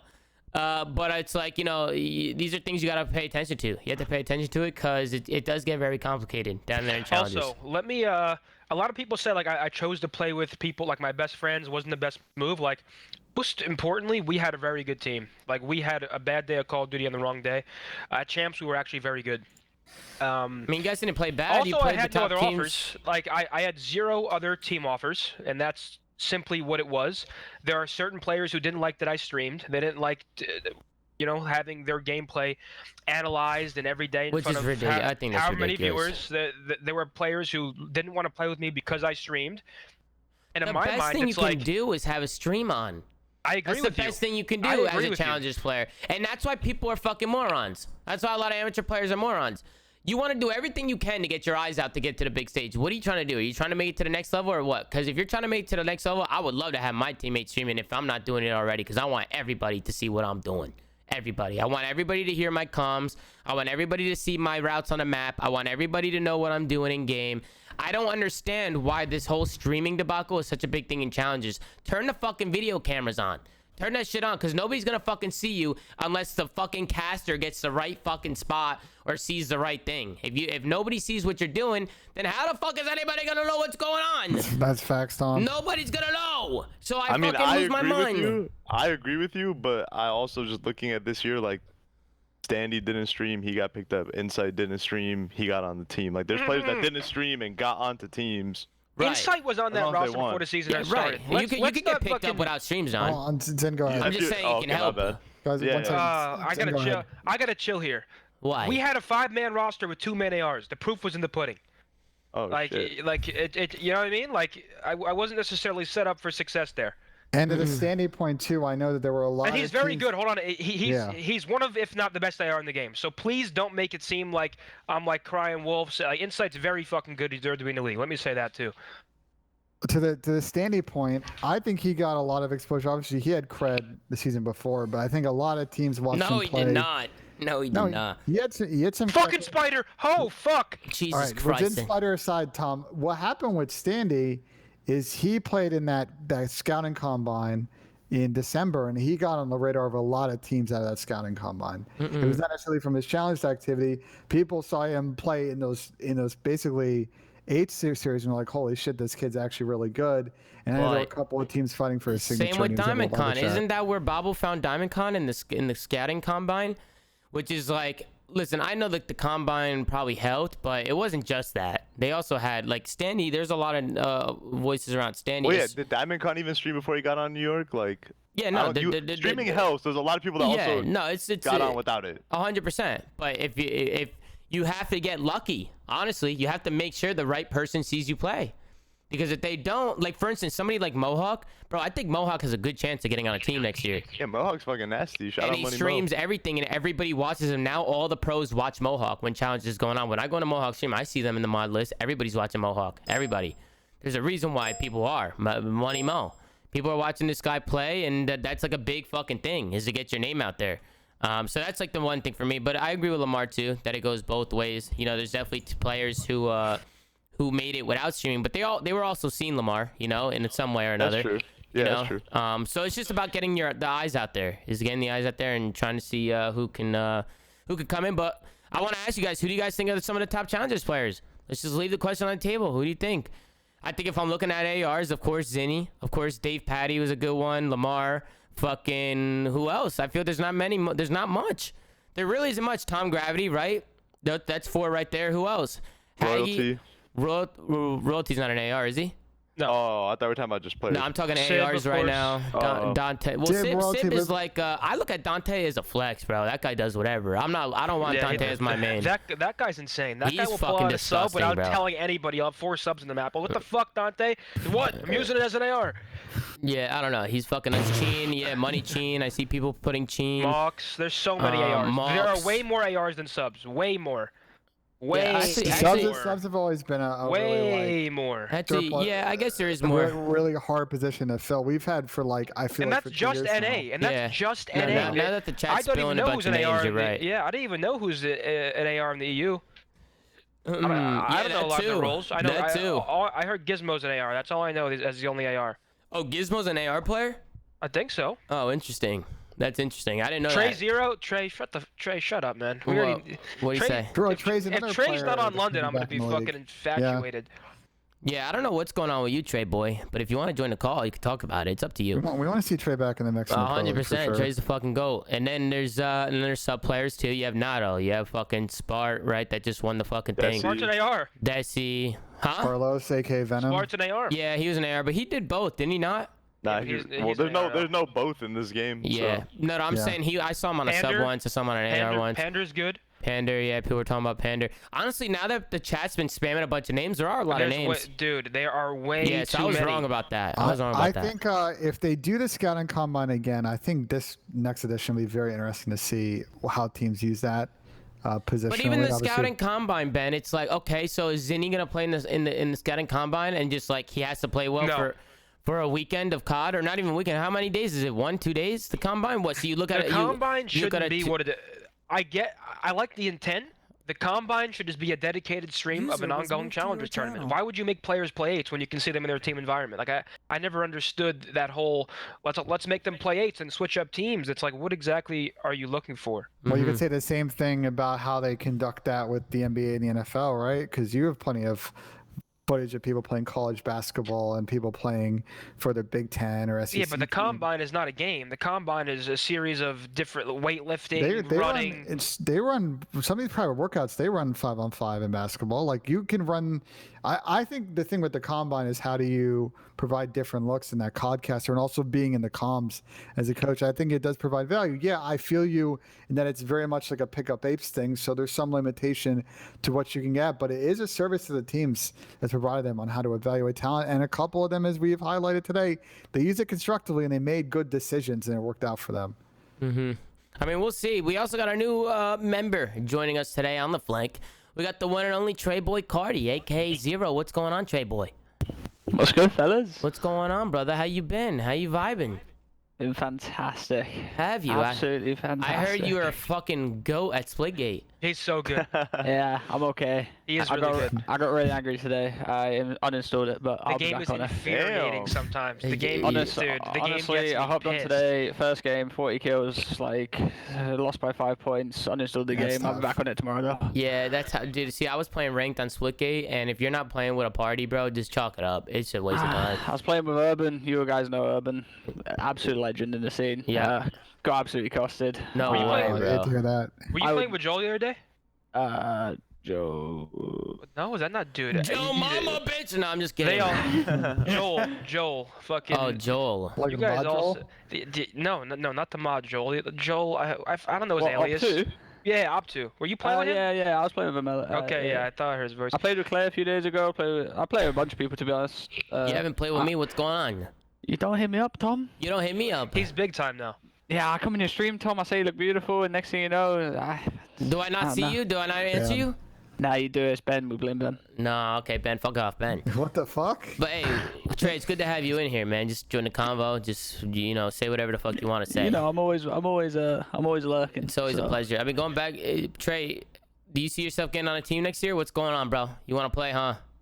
Yeah, I'm pretty confident I'll be on the team next year. Yeah. I mean, that's the goal, I think, for everybody, is to try and get on the team. I wish you the best of luck, Trey. I want to see you in there fucking bad. I want to see you in that shit bad. You didn't get a Because chance. you got fucked this year Yeah, hard. you got fucked. You didn't get a That's chance the to most play. unfortunate situation ever. And that your situation was solely COVID, which is horrible. Like there was, yeah, that's what, at least I think. I mean, who knows, right? Who Let him- knows? let him- No. I mean, unless there's an ulterior motive that people thought I was shit, nah, it should be COVID. But yeah, I got truly hard costed this year. Like, Yeah, with I feel everything. you didn't even get to play a map, which is fucking unbelievable. I did. I fried an S&D on 120 ping. Oh, I remember that, bro. Dude, Oh my classic, yeah. god.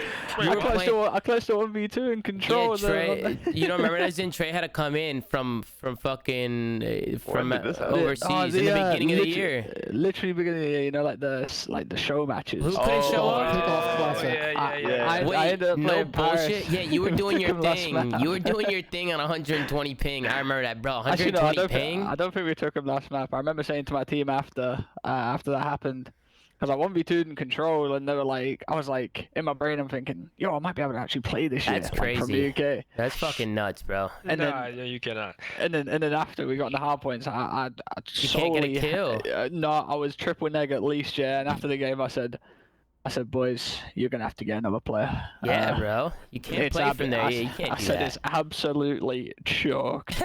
You can't fucking do that, bro. In the beginning of the year, I feel like you were one of the best players on the team, even playing. Nah, from we limited. were doing really well at the start of the year. Like, even with me on like 100 ping, I felt like I was genuinely frying as well. I don't know if Yeah, it I was just thought like you were one lag of the com. better players on the team but- for sure. I was doing really well at the start of the year. Now that's why I was like really excited to get out here, because usually, like, you know, you have a basic start of the year and whatever, but like this year, I genuinely, like, when we were scrimming like optic and stuff like that, I genuinely thought I was frying. But then one day I got the news that like it was absolutely chalked, and then they had to bro. get rid of me. And then like 12 hours later, Dom rang me and they were like, "Yeah, Chalk it. the visas are going through, but you're not coming back." And I was like, "Fuck." Yeah, bro.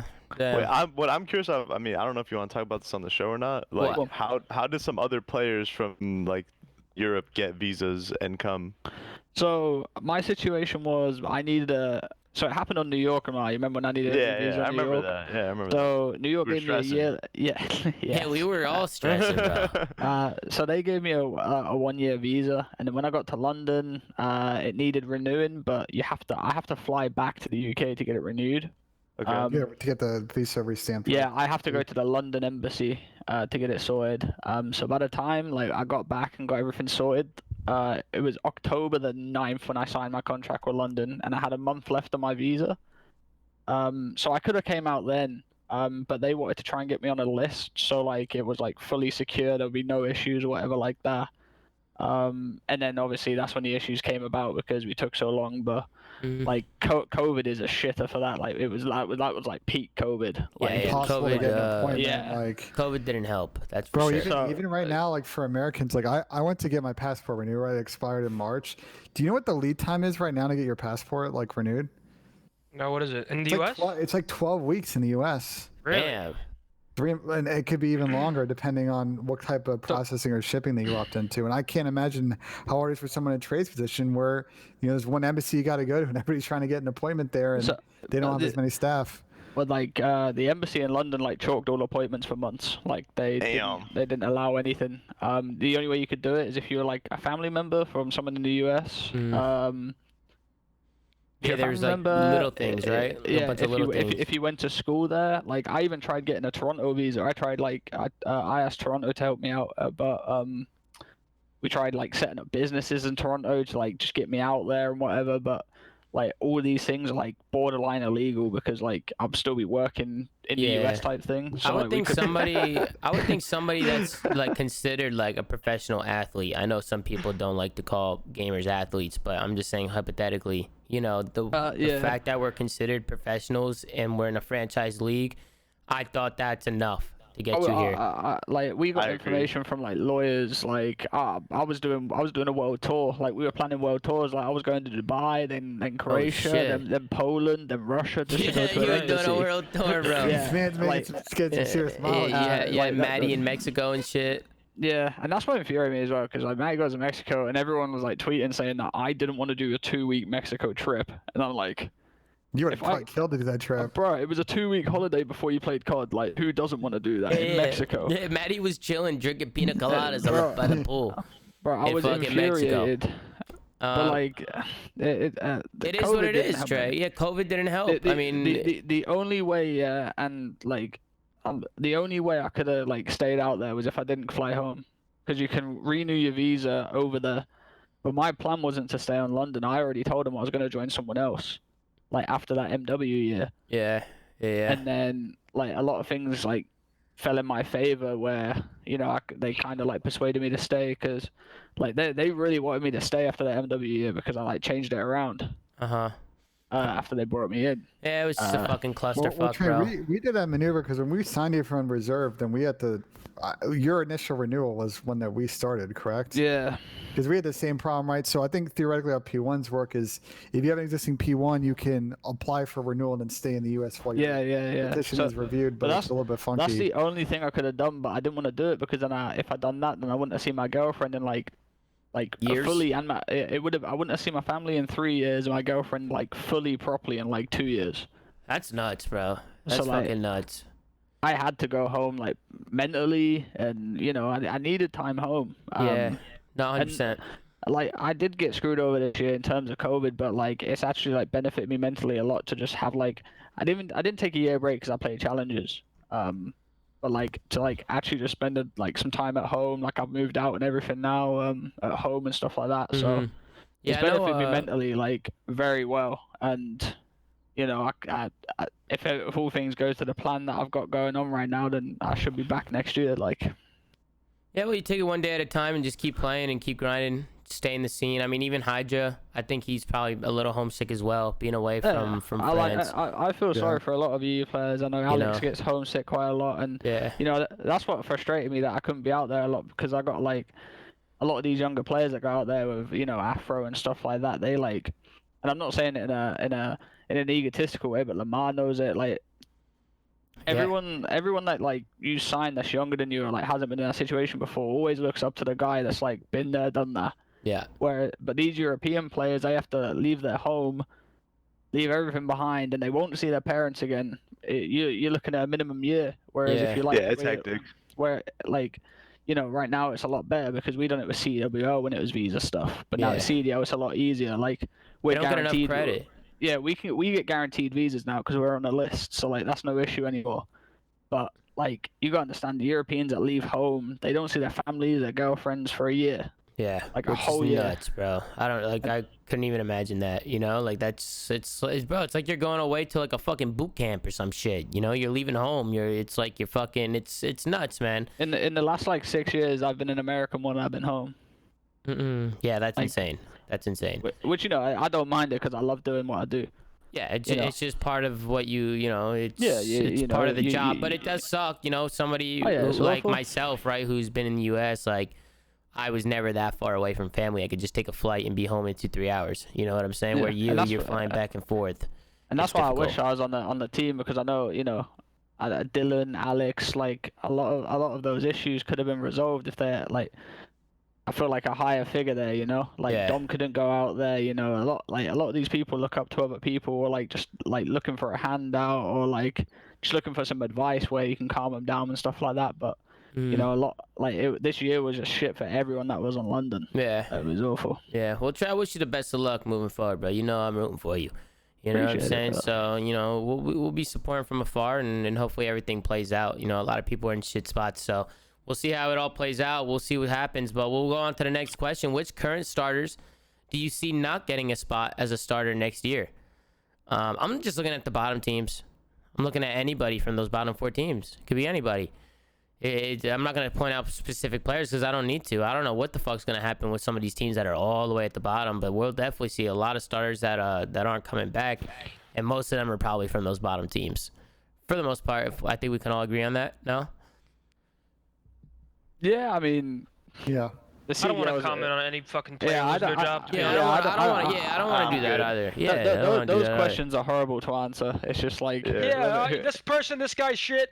This guy's awful. Now we ain't breaking no one down. We building them up. I mean, I have a lot of friends all in those bottom 4 teams, and you know. Right, and that's the thing. It's like, you know, these questions are asked, but at the same time, like I feel like even asking the question, even everybody on this thread knows the answer to it.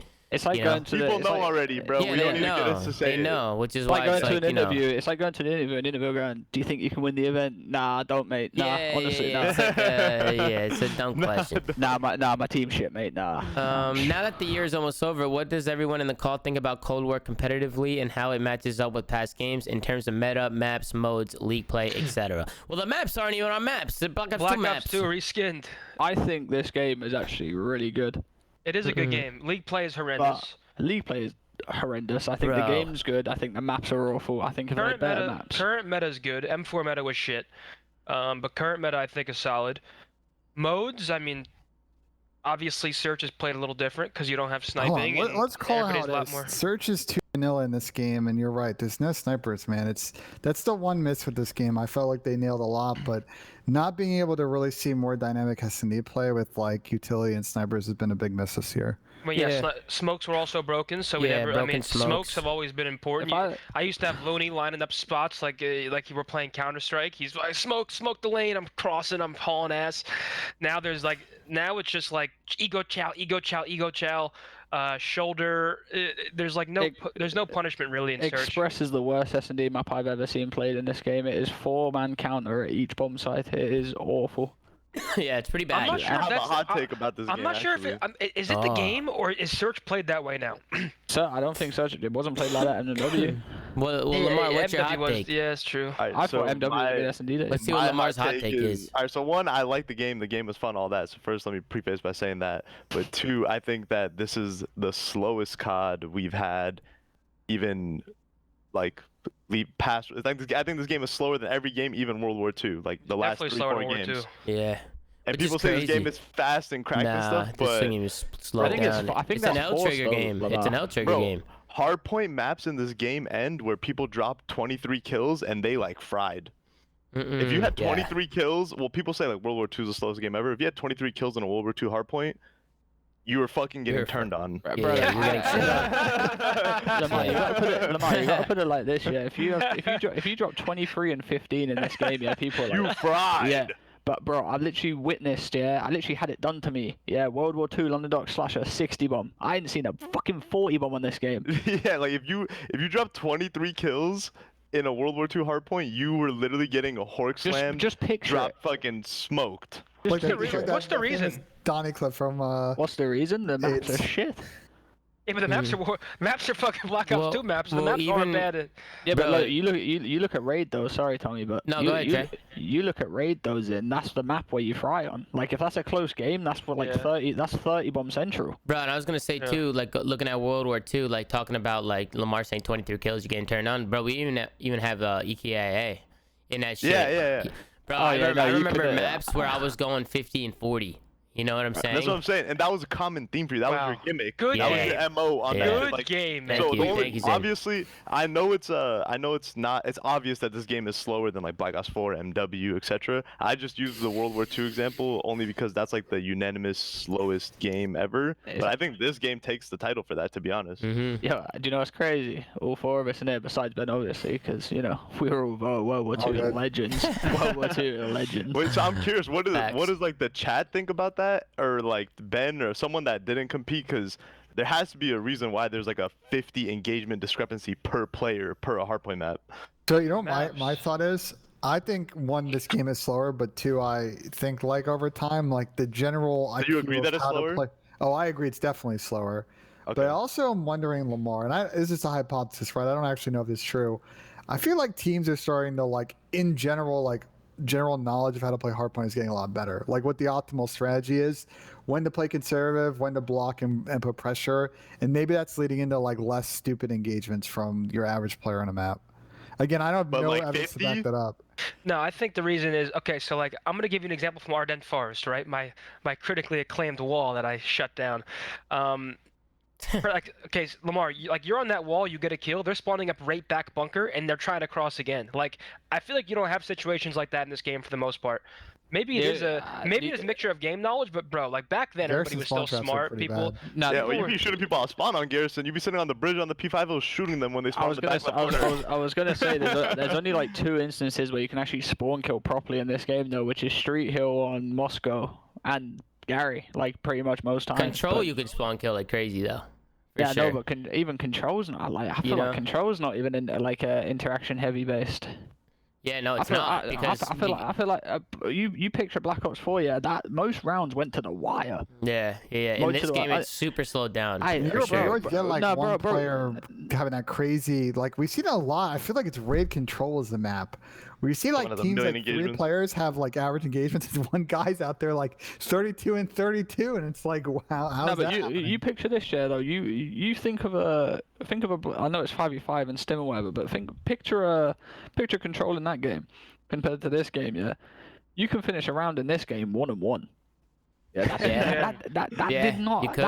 that did not happen in Black Ops 4. Yeah. You had 5 gunfights before you even touched the hill. Yeah, no, 100%, 100%. And then also just to add on to this Wait, last. you spawn people out. I want to say you spawn people out in World War II all the time. Like let's not act like you spawned only on the hill in World War II. Nah, Like you World- spawned across yeah. the map in World War II. Also, Was people the respawn complained timer about the spawning same? out. Was the Yeah, respawn respawn time the same time, it is yeah, now? respawn People time the same, complained yeah. about Really? spawning out in World War 2.5, II. yeah. Mm-mm. I don't know. Maybe I'm faded, but I that's think it I was just see spawns. it. Like you spawn up and you're in a fight. Like, and then I'm thinking of that London Docks Hill where it was like in that corner, like by those poles and shit. You spawn on the street. You're nading. I will say this though. I feel like the World War II maps were way better, way smaller, and you didn't have trophies. So a lot of the time you were Working like, shit off pi- spawn. picture St. Marie Lamar, like P1. Yeah, that was wallbang, nades, fucking. I think trophies make this game worse. Hot take. Mm-mm. You think it makes it the worse? amount of trophies in the map at all times? Yeah, I think so. I think 2 trophies should have been the way forward. I think 3 is just way too much. I feel like there's always a trophy on the hill. Yeah, I feel like nades aren't even like. I feel like trophies. They don't I even come low-key into agree play. because we had 3 trophies when smokes were in, Yeah, right? a good point. No EMP either. So there's no way to actually counter them besides shooting them. And you know what's also fucked up is people have like spots now where you can't even shoot them. You can't even destroy them. Oh yeah, they're going on top of buildings Yeah, that they're don't like existed. on top of buildings, in cracks and crevices and shit. Like people got really nerdy with them. So even if you're rocking engineer, you can't do anything about it. I actually feel like the scene turned really soft when it comes to things like that. Like we got 2 trophies that destroy 4 things. Do you know how mad that is? Yeah, that's a lot. That's nuts. That's You know nuts. how mad that is? Because you can't even be like throw your shit and get rid of the trophy. Because you throw your shit, it's like it's still there, man. But we have 3 trophies now, which is 12. Yep. Yeah, that's insane. That's fucking That's nuts. 3 people throwing all their equipment before they even touch the fucking hill. The only thing that I really see people using a lot is their flash. You know, like in close quarter gunfights and stuff, they'll bang flashes off the wall. And even that, you gotta hope it's like, you know, somebody who's not running TAC too. For the most part, I feel like most people are running TAC for that reason. Bring back pick 10, man. Yeah, I know bro. I know we just literally went into a whole different area, but now I saw something in the chat and someone was talking about the tacticals. I fully think that having a second flash lowers the skill gap immensely in COD. Listen, World War II was at its prime when you had 1 tactical. Yep. You had one guy. Incredible. You had one guy that had a smoke. He was chalked anywhere else. He relied on someone else. Yeah. It was. You had 2 people. What was it? 2 people running nades, or 3 people running nades, or 1 stun, 1 flash, 1 smoke. I don't remember it, but it was a good balance. It was definitely 2 like, nades. It changed a couple times. Yeah, not even just like World War II's example, like Black Ops 3, whatever, any of those games, like, bro, when you spawn in, like MW in this game, you spawn in with the flash all the time. You just flash check everything, like, yo, I don't gotta watch the pinch. I flash checked and no one's there. I'm just flooding. Like, you can just check so much shit for free every life, every single time, which is, to me, that's insane. I feel like you have to know instead of just, oh, I spawned up, he could be on the right. You just flash the right, no one's there, we're good, because it hits the whole fucking map when you throw it in the air. Yeah. This might be like a super hot take and like maybe biased because like my team were really fucking good and I was good, but World War II at that time with 1 stun or 1 nade at that time was a top 3 comp COD, like top 3, not even close. Like it was third at least. Yeah, it was. I mean, third at least. competitive wise, yeah, I agree with you. Competitive wise, I mean, a lot of people are gonna bitch about, oh, you know, the fucking the colors and this and that. If that game was vibrant, it would have been loved by most. Yeah, I think it was just like the colors and stuff and the way that it was played sometimes, like people didn't enjoy it for that reason. But in terms of being a competitive professional player, I mean, there was just a formula to play that game. You know what I'm saying? And everything, it was pretty consistent. The spawns are pretty consistent. Like, everything was pretty good. Wait, hold on. Maven said if Ardennes Forest didn't exist, the only time Forest was bad was CTF. That's the only time it got boring. Some of the most exciting hardpoints and searches were on Forest. Forest S&D was also not that bad. CTF is different, bro. CTF, I would say the only actual... I mean, London Dock and Flak Tower were kind of just crazy. Yeah. Somebody said London Dock CTF got no, the issue. I was awful though. I was like 13-0. We went up like 13-0 against someone in the first half. Gale. Mad. Damn. Well, I mean, the next question was World War II 2.0, good or bad? Because there was rumors, right, that the next game is kind of like a World War II type shit. Yeah, but it's the MW engine, so there's no worries for anybody that was like, oh, World War II is stale. I'm assuming that they took the feedback and the game's going to be a lot more vibrant. Obviously, you have Warzone now, so there's going to be Gunsmith. Like, I don't know. I wouldn't look into the eras of the game. Like, I don't think the era of the game is going to make or break the game. Like, that's not the way it works. And the maps. Exactly. Actually, I think the maps are probably tier 1, right? It goes maps and mechanics in terms of what makes a good COD. It's just a reskinned MW. Yeah, I'm actually curious too. Does that mean Circle X is back? This double slide jump? Of course, we're in Warzone, buddy. Like, which is nuts, bro. Every game is gonna have the slide cancel because of Warzone. I think we'll play on the MW or whatever engine Warzone's going to be on. I think we're playing on that for the rest of Call of Duty's life cycle until one day Warzone changes or something. It's crazy to think about. Nah, Warzone, they'll never change the slide and all that movement of... Regardless, I'm excited as fuck for a new COD, as long as they have the most important part, a good lead play system. Rafi, I agree with Rafi in the chat. What'd he say? Recoil, please. Recoil on the guns would be lit. Yeah, add a skill gap. Everybody's dashy now. Yeah, pretty much. Where does Slasher go if Octane to LAT is looking likely? bro. Everybody keeps who talking knows? about this, the Octane to LAT thing. Like, is this like a done deal? I'm confused. Why is this keep? There's people on this subreddit that talk about Octane going to LAT like they know 100% that he's going. They're like, yeah, like so Octane's going to LAT. So where does that leave Slasher? Like they talk like that. And I'm like, wait, like is this a done deal? Like, what, am I missing something? Definitely not a done deal. But I mean, they just suck each other off on the top line. I think you can understand the connection, but I agree with you too. I could also see Thieves going a different direction. There's an interesting question though, where Austin goes. I think there are definitely a couple of interesting spots. I wonder where Austin will go. Austin's gonna have options, bro. Yeah, he will. He's definitely He got a will have multitude of options. different places he can go. He should have options. He should, because he's a good player. But I don't know. We'll see. I think it ultimately comes down to what some of these teams decide to do and who's actually interested in Slasher. And I just really don't know. I have no idea. And we'll see. Even Octane on that LA Thieves team, I mean, it's gonna be it's a good team on paper. They just need to put it all together now. You know what I'm saying? So we'll see. We'll see. At the end of the year, it's gonna be fucking nuts. I wonder if anybody's gonna retire, like current pros. I wonder if anybody's actually gonna. I think we will. I think we'll get like one or two that take a step back and. Think so? Yeah, I think we might see it. And I'm not counting someone like me. I'm counting like current pros. Like, I'm not gonna name names, but like there are some players who I don't think are in it like they used to be. Yeah, we'll see. We'll see how it all plays out. But let's move into the next one. If you could create an ideal COD, what gunplay, movement, graphics, and engine would you pick from previous CODs? Well, movement, I'm looking at like Black Ops 2, World War 2. I want the dolphin dive back. I want to get rid of the sliding. I want to bring back just like the sprinting, like shimmy gameplay rather than like the slide canceling stuff. I know a lot of people like the slide canceling though because it adds like a skill gap type thing. But I personally like stuff like that, or maybe even like a Black Ops 3 type thing where you get like a jetpack back. Would you guys like to see jetpacks back or no? Or honestly, fuck no? I'd rather have jetpacks than slide canceling, but no wall running. I don't like wall running. Yeah, I don't like wall running either. I didn't like that either. I would like to see the jetpacks. I would like to see the jetpacks be brought back, but no wall running and no specialists. I don't like specialists, man. I don't like it. Black Ops 3 wouldn't have been fucking unbelievable without wall running. Yeah, it would have been. That would have been a fucking vibe. And wall running's whack, but jetpacks dope. What about the specialists? You guys like how somebody can grab a ball, pop camo, and just fucking be invisible and just fucking dunk that shit? I hate it. Is another thing that from a viewer perspective could be fun at times, right? If someone makes a crazy fucking heat wave play. Bro. On a competitive level, it is the worst thing possible. Yeah, there's nothing worse than having like a close game, like in Uplink in Black Ops 3. You're like battling it out, and in the last 10 seconds, the guy pops camo. You literally just spraying, hoping for dear God you can kill him, and he just dunks the ball. Hear me out. Brother could be on a 0.5 KD the whole tournament, make it to finals, pop a 4-piece Tempest to win the game, and he's MVP. Yeah, absolutely tragic. Yeah, all over Twitter, Barstool Sports is posting it. Yeah. He's on ESPN, fucking Jimmy Fallon, like. Yep, he's on Fallon. No, 100%, bro. That Tempest play was I think Black Ops 4 would have been fucking unbelievable without stim and specialists. I think that would have been. And if it was 4v4. I think that would have been. I actually disagree. I think that game was better 5v5. No bullshit. I think it would have been worse. No, I think you might. That's a fair opinion. You might be right with the 5v5. I think 5v5 was, you know. I thought 5v5 was okay for that game, to be fair.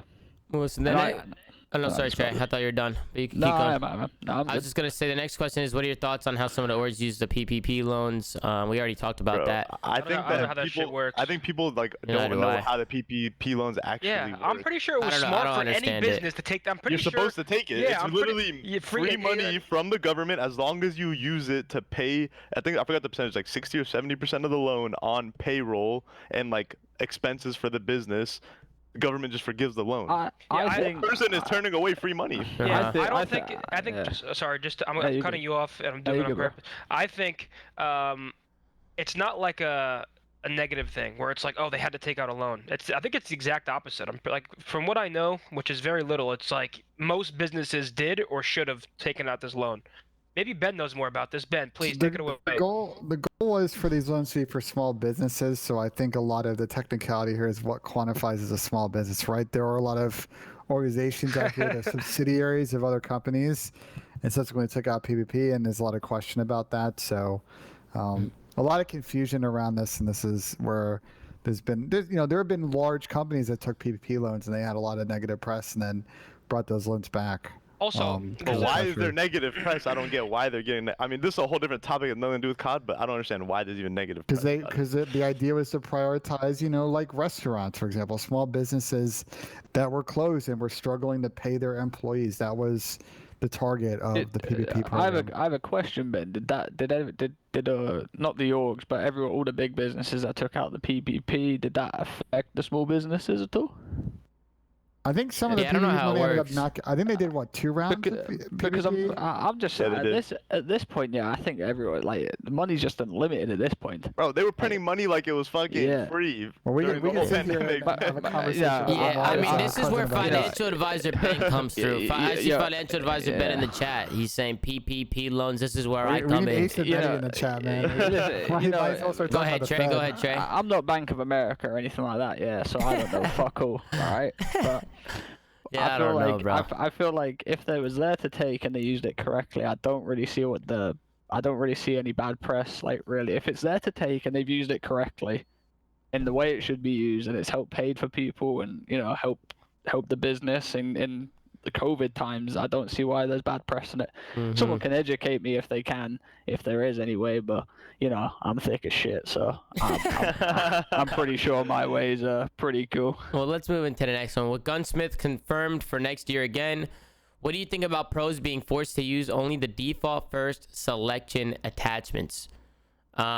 Wasn't that like kind of talked about this year a little bit, Lamar and Zin? What wasn't there like kind of like a preset class almost?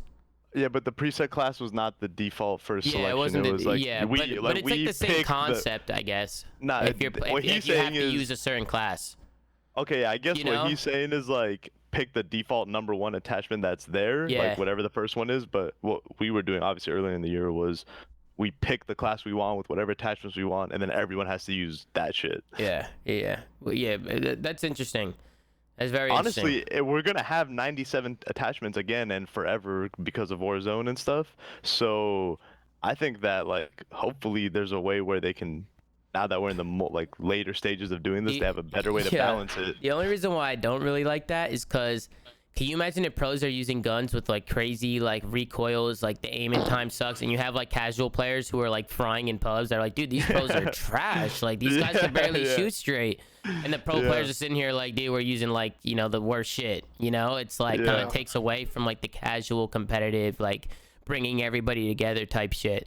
That's the only reason why I don't like stuff like that. And same with the preset classes. The preset classes are a little bit different because they were good classes. Yeah, it's the stuff we use now. So it's the same thing. Right. It's the same thing. We're just using the best classes and we're making them the presets. Where if you're doing something like that, then the pro players are gonna be using fucking dirt shit compared to what they could be using, and some casuals might be really fucking confused. But that's like I'm done fighting that battle, to be honest. It's kind of like it's a waste of energy for anyone to even care about it or bring it up, because that's just the way the game is gonna be forever moving forward. People are not gonna like use like only 3 attachments or something like that. Just not gonna be a thing. It's just kind of tough shit, and this is the world we live in now. Deal with it. Yeah. Do you think Cold War would have been better with a 5 attachment AR? I don't know if it would have been better, because then ARs are tanks on top of hella trophies. That would be kind of weird. Yeah, I guess. Yeah, they're legit tanks, bro. I'm just sick of these like. I don't know, maybe that's just the way COD is nowadays, but I'm just sick of these like ICR double grip. It's just like it's a do-it-all, like it's easy, it's not hard to run. It's not hard to run an AR nowadays. Yeah, it's interesting. It's like a weird like fine line of like shooting has become the easiest part of COD now. And I blame Warzone. Next question.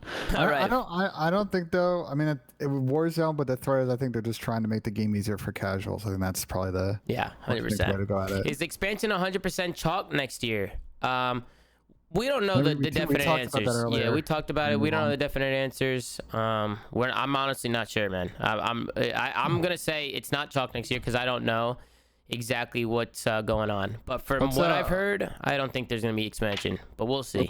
We're pushing 2 hours. Let's take a couple more questions and then get out of here. All right, let's see. Is everyone going rogue? Does that mean nobody is going rogue, or is that a troll? Either way, I'm mind blown. Okay. Next question. Will you actually do that? Will you actually do the Thanks hot for your tub input. stream? Next Will you question. actually do the hot tub stream at 20K? Yeah, at Champs, if there's a hot tub at Champs and we hit 20K, Zinni, you said you'll grab some. I'm not going to Champs anymore. Oh fuck! Wait, you're done? COVID-19. Yeah.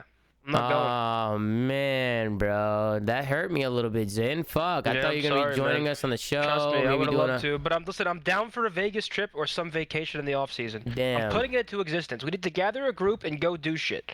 You do I'm a down. Vegas edition. I got I'm down. I got the antibodies now. I'm going to Bora Bora. I'm going to Vegas. I'm going. Oh, dude, I'm so down for Bora Bora. I'm going to the Maldives. You name it, I'll be there. I would never. You wouldn't catch me stepping foot in Vegas. But I ever will again. be IRL streaming because Zen City is my people. We got Queen Mitch in the chat. Let's get a witch in the chat. Show her some love. Always a pleasure to have the queen in the chat. But let's move on. We'll end with this one. All right. What does the CDL team, or what does the CDL need to do to grow the scene and make COD a household esport to watch along with League, Fortnite, etc.? We need a league play fucking system. Well, that's not on the CDL. What does the CDL need to do to grow the scene? I have one thing that'd help it grow, but Yeah, we need to use the biggest game in the world to promote our league, which is Warzone. I have a couple of thoughts here. I was gonna say This question move is it to made Twitch, for Ben. but Go ahead, Trey, first. I was gonna say it needs to be Yeah, on it was. Twitch. I feel like So, Twitch might Twitch help will too. help. And co-streams, man. Co-streams would be cool. I mean, I'm saying this because I would love to do it, but I think it would be cool. Nah, I just think Twitch is the home of live streaming, bro. Like, But YouTube Yeah. streaming numbers are pretty good these days. yeah, Here's but my it's thoughts. nothing's ever gonna be compared to Twitch though. The YouTube streaming numbers are incredible. They're if you coming look at in. it. I don't know. YouTube could catch up. It's just the Yeah. reason that all the big not all, but most of the big personalities are on Twitch. So it just kind of like trickle down juice, you know? Yeah. Here's my thought process. One is I think free to play would definitely help if the game was accessible to the most amount of people by costing nothing. I think. But that's not up that for would the increase COD player league. base and viewer base. Yeah, it's just a general thing. Yeah. I thought my employer, Adam Abasad, had a very good tweet a few months ago about how, I think CDL should start earlier in the year, right?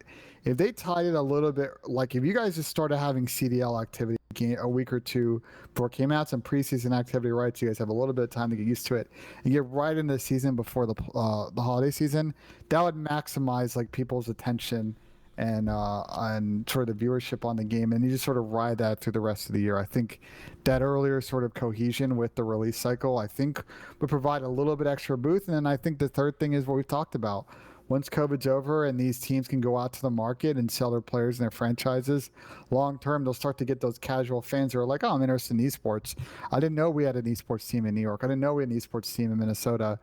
You'll start to get those fans, and those are your like weird demo of people that just don't play COD, but they're curious about esports and competitive gaming. Mm-hmm. I think we're a long while away from people actually giving a fuck that their city has a COD team.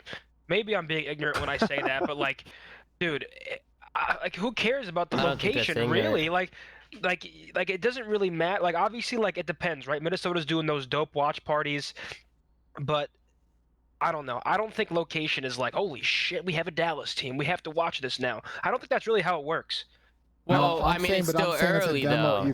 I'm saying that like these teams are tied to locations, We're only right? in year 2, man. But what I'm saying, Zen, is I know. like I'm not. there are a group I'm of not saying it's people not never. I'm saying that are out we're still there. a long way off. I'm not saying it's never going to happen. Oh yeah, yeah. But they haven't had any opportunity to grow that demo or reach that group yet. So we got to give that some time when they can actually go out and the players can go and interact with the community, do charity work, do meet and greets, have live events in their market, do press runs and media stuff. Like none of that campaign and that kind of engagement's been able to done because unfortunately the league started, then COVID hit in March, and that was that. Well, the last thing I would say to this is kind of what Mama Attach said. Shout out to Mama Attach in the chat. Shout out to Kim. Let's get a women to chat. You know what the fuck's going on. But she said advertisement. I just don't. I think we definitely slack a little bit on the advertisement for sure, especially when it comes to challenger stuff.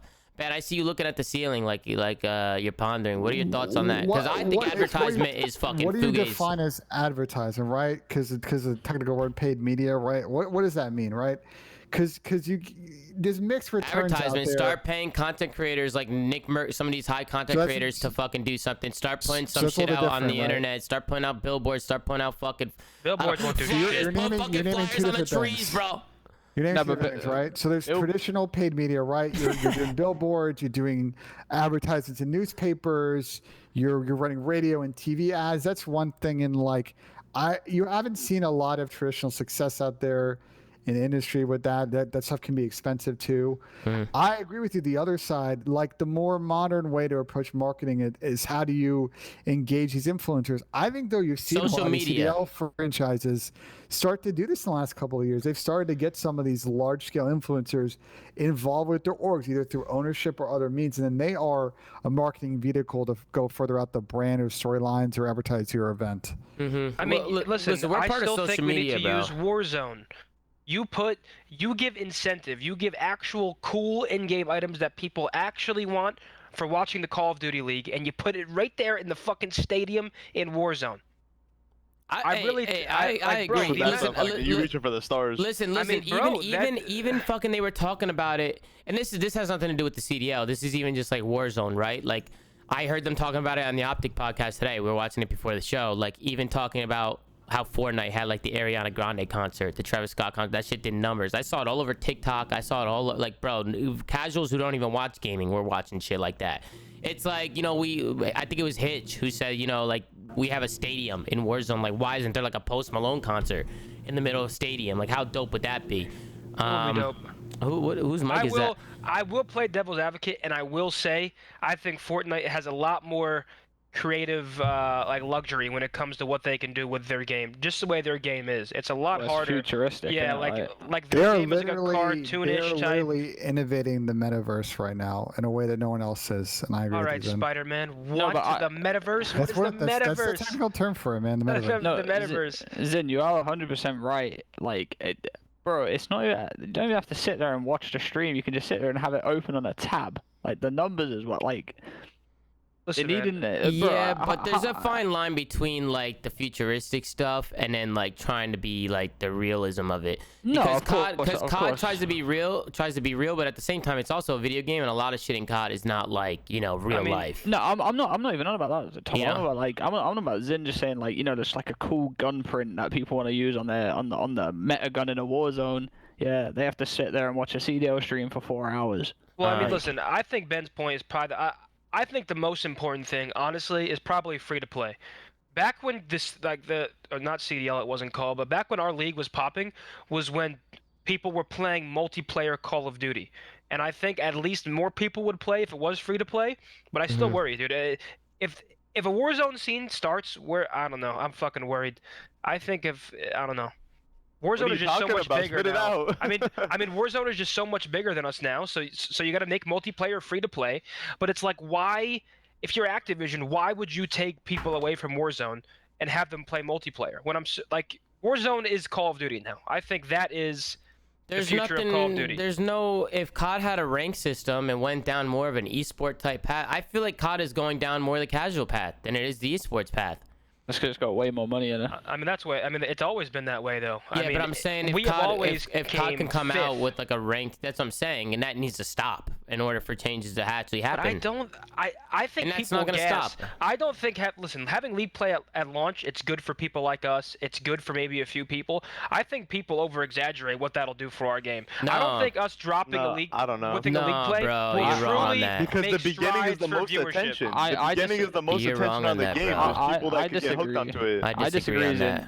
Zin, when rank play comes out 6 months after the game's already People been don't out, give a when fuck it's- anymore. It will When it- help. Don't get me wrong, but it's not not gonna gonna- it's not gonna be this night and day difference that it's not everybody gonna thinks. propel it. People play It's- team deathmatch. That's not gonna change. Nah, they're bro, they're not gonna. They are going to get fucking destroyed in a hardpoint CDL, and they are going to go right back to team deathmatch. Right. No, but they're going to say, "What the fuck am I playing?" That's what I'm trying to say though, is like COD should be built around the rank system, and then all that casual stuff should be like right now it feels like COD is like, you know, you download COD, you want to play like TDM to domination, all that good shit, and then there's like, you know, a little league play ladder over there if you guys want to go play league play, you know, they throw that shit in there. It should be the opposite. You know, when you get on a game like Valorant, everybody just wants to get on and play ranked. Like everybody wants to play the people that are their skill level, play ranked, and try and level up and get to the best of the best. That's the whole point. It gives you a challenge. I don't think Zin's 100% wrong. No, Zin. I think no, but Tom, Nathan maybe Valorant. Yeah, go ahead, hold on, Zin. real quick. So Valorant to COD is apples to oranges. Valorant was for the most part made for a competitive player. That game was made with competitive at the forefront. Call of Duty is not made that way. Call of Duty is made to get casual people to sit in the lobby for as long as possible. And let me reiterate, because I don't want to get misconstrued here. having league play at launch is imperative. Like, we need league play at launch. I just don't think it's going to be this night or day difference, at least in the beginning. Like, I agree with Maven. It definitely needs to start up, and it needs to be the norm so people start That's getting all I'm used saying. to it. Yeah, so what But Maven is saying is all I'm trying to say. It's just, it needs to change. Like, it just needs to change. You made a good point. Look, the most popular playlists, when you look at a Call of Duty, are not going to be Hardpoint. It's going to be TDM. It's going to be people like Hardcore. It's like, how do you move those people away from those game modes more to a unified system that ties into what's being played in CDL? That's the problem that I'm sure the Call of Duty developers would love to solve, because that creates that synergy, right? They're playing the same game that the pros are playing instead of playing a game mode that you guys don't touch.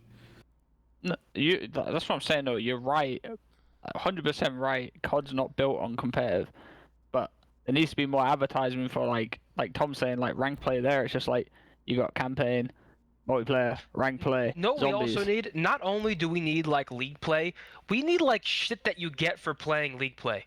Like, you need like cool skins or cool drops just for playing league play. I'm not sure if Valorant's like that. I've never played Valorant a day in my life, but just something to incentivize actually. I mean, playing you're just league making my play. point. That's what I'm saying. That's all I'm saying is that whole like concept of COD and how, you know, that's how they've always done it. They focus on the casual. That's what I'm saying. That's a problem. Stop that. You know, like, fucking focus on the competitive side of your game, because esports is such a big thing now. That's why you see games like fucking Valorant come out and pop off, because they're so competitive and people are very into esports.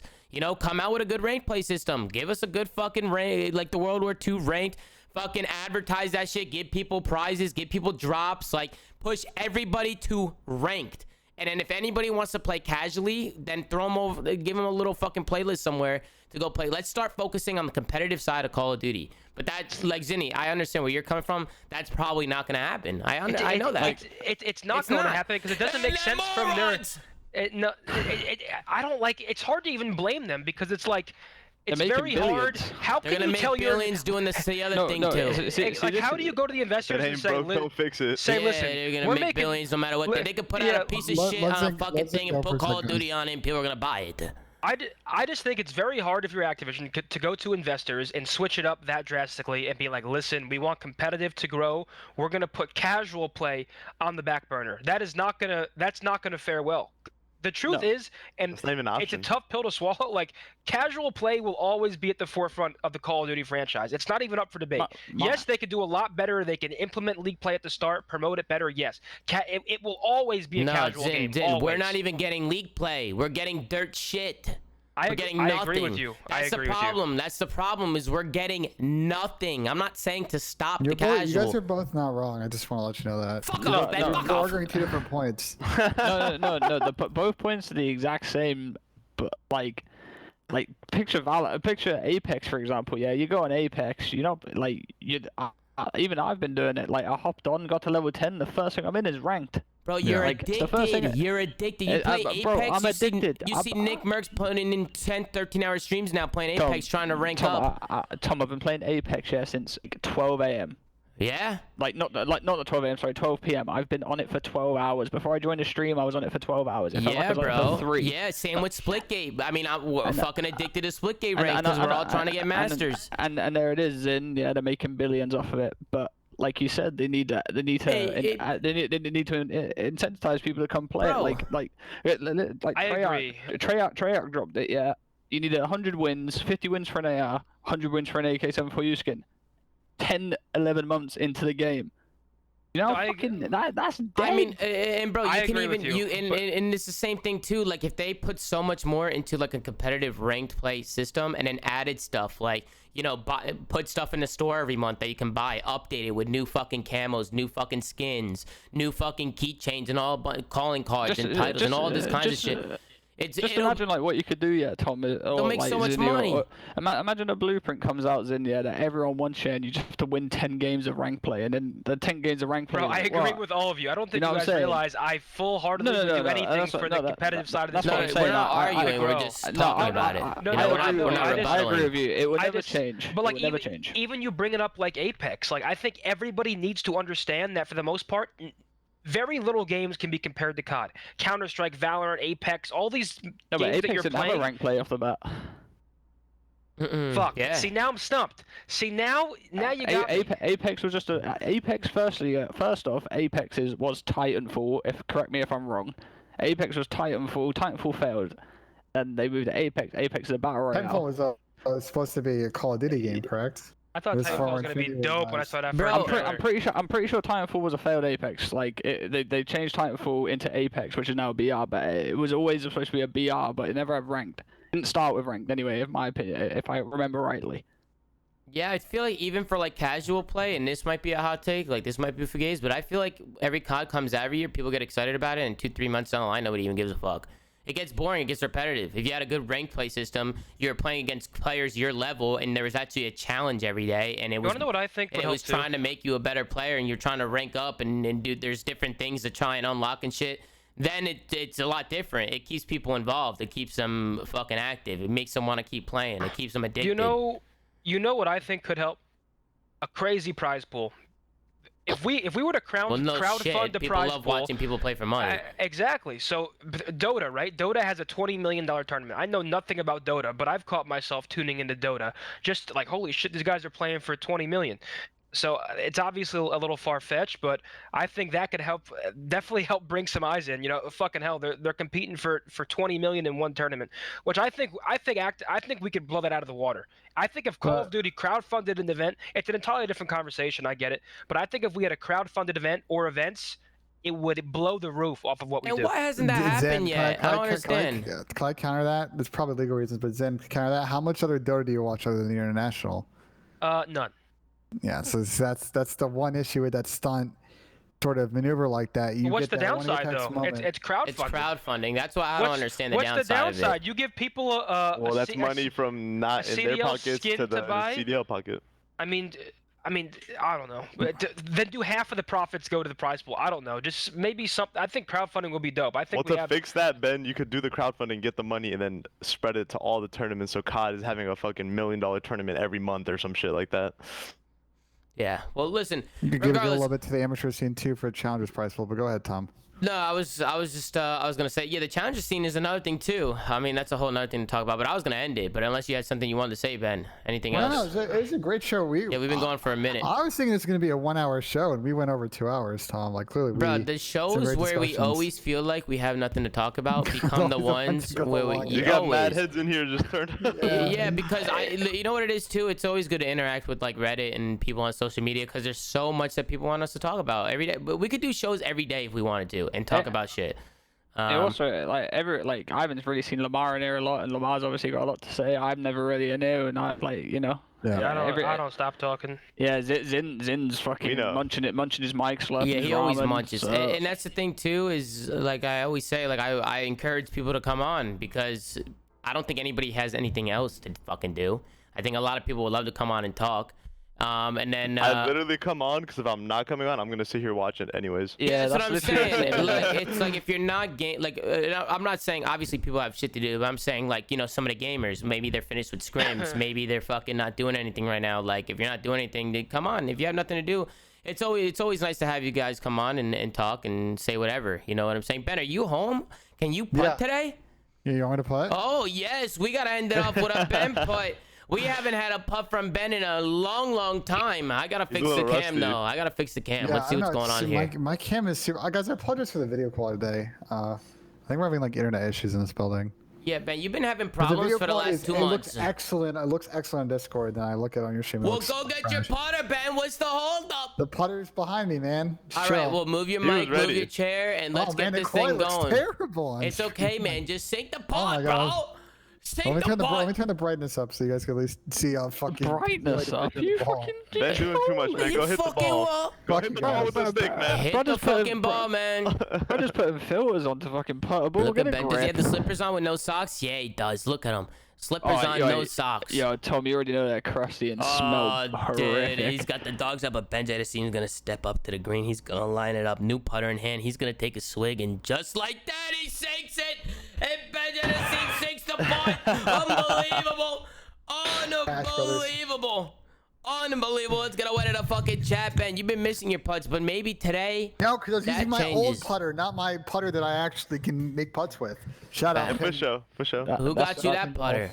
What a putter is used for, Ben. Putter The balls. show, aka you, Tom. I appreciate it, brother. Thank you, Ben. But Listen, I got my new irons, and I'm hitting them like a club and a half farther. Like it's changed my game a lot. Actually. I like that. And Ben, you also got to figure out what's going on with your cam because it was freezing all episode. Yeah, I know. We'll sort it out. Well, Okay. Adam, Mod AC lives in the same building. He says he's been having issues today too. So I don't know. Interesting. I don't know. I feel Listen, like boys. Storm. It's been the weather in Columbus today has been not great. So that might possibly. Shout out affect Columbus, it. man. Yo, bring a franchise city to Columbus, one of the most Yeah, that deserving would cities in hit the U.S. different. But listen, That would guys, hit different. I'm about to go squirt out of my asshole. I got a shit bad. What the fuck It's is been a- wrong with That's you? the issue we did not need. It's What's been an wrong with you? absolute. It's been an absolute pleasure, like always, You man. better play It's some just- games. You are- Yeah, I'm down to play some games. All I'm, You right. are criminally Let's do grim. something. Zip. Yeah, listen, man. It's always a pleasure, man. Shout out the User flank. joined Shout out your everybody channel. watching. Few assholes in the chat. If we fought in person, you'd be begging for air. No, they wouldn't. Nonetheless, always a pleasure. Tom, let's play some. I'm down. Well, chat. good, guys. What's going on, Asim? That's You good, joined at the Sam. end of the show. That's interesting. Listen, we're gonna end the show here. I want to give a huge shout out to Methods Accuracy N0 for coming on and showing some love. It's really weird calling you guys by your gamer tags. Show them some love. It's always a pleasure to have these guys come on, talk. I Always think we a had an pleasure. amazing show today. And then I gotta give some love to Wait, my Sam. man, my duo, Ben Genesee and Ben. Thank you, Tom. I love having you on the show. There's a couple weeks where I was getting. finally, hey, Ben's on the Samantha, show. I'm fucking doing something. Well, finally he's on the show, Tom. That's all I want to say. Yeah, What do you he's mean, finally I'm on the show. What the fuck does that mean? That's what. Yeah, so I was gonna say Ben's been leaving me to go get guests for like more than half the shows the last couple weeks. So now, Yeah. Ben, now that you're back, Ben, I missed you, man. I missed you. missed you And- too, brother. And you're a good dude, and I love having you on. Obviously, you're the co-host of this show. So without you, you complete me. Let's end it there. Okay. Oh, my heart is warm. Thank you guys. Thank you guys for watching, man. Shout out to everybody coming on. Shout out to Ben Genesee. Let's get some ones in the chat. Shout out to all you guys. Get some Moo Mafias going on in there. We're over 19,000 subs now, so you guys are absolutely fucking killing it. Appreciate all the love and support. Hope you guys enjoyed today's episode of The Flank. We're going to do another episode, Ben, on the Wednesday, right? Going into champs, the Wednesday.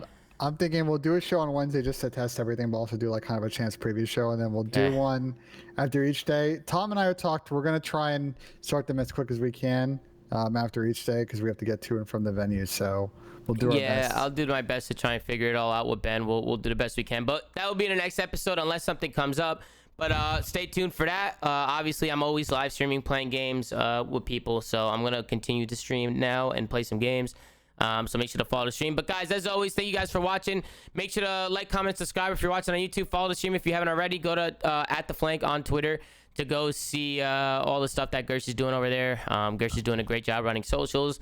And then make sure to go to anchor.fm/theflank. I'm sure Ben will be uploading everything onto there. So make sure to go check that out. And guys, thank you for watching. It's always a fucking pleasure. And as always, this is your boy Zoomaa. And have a good fucking day. Take care.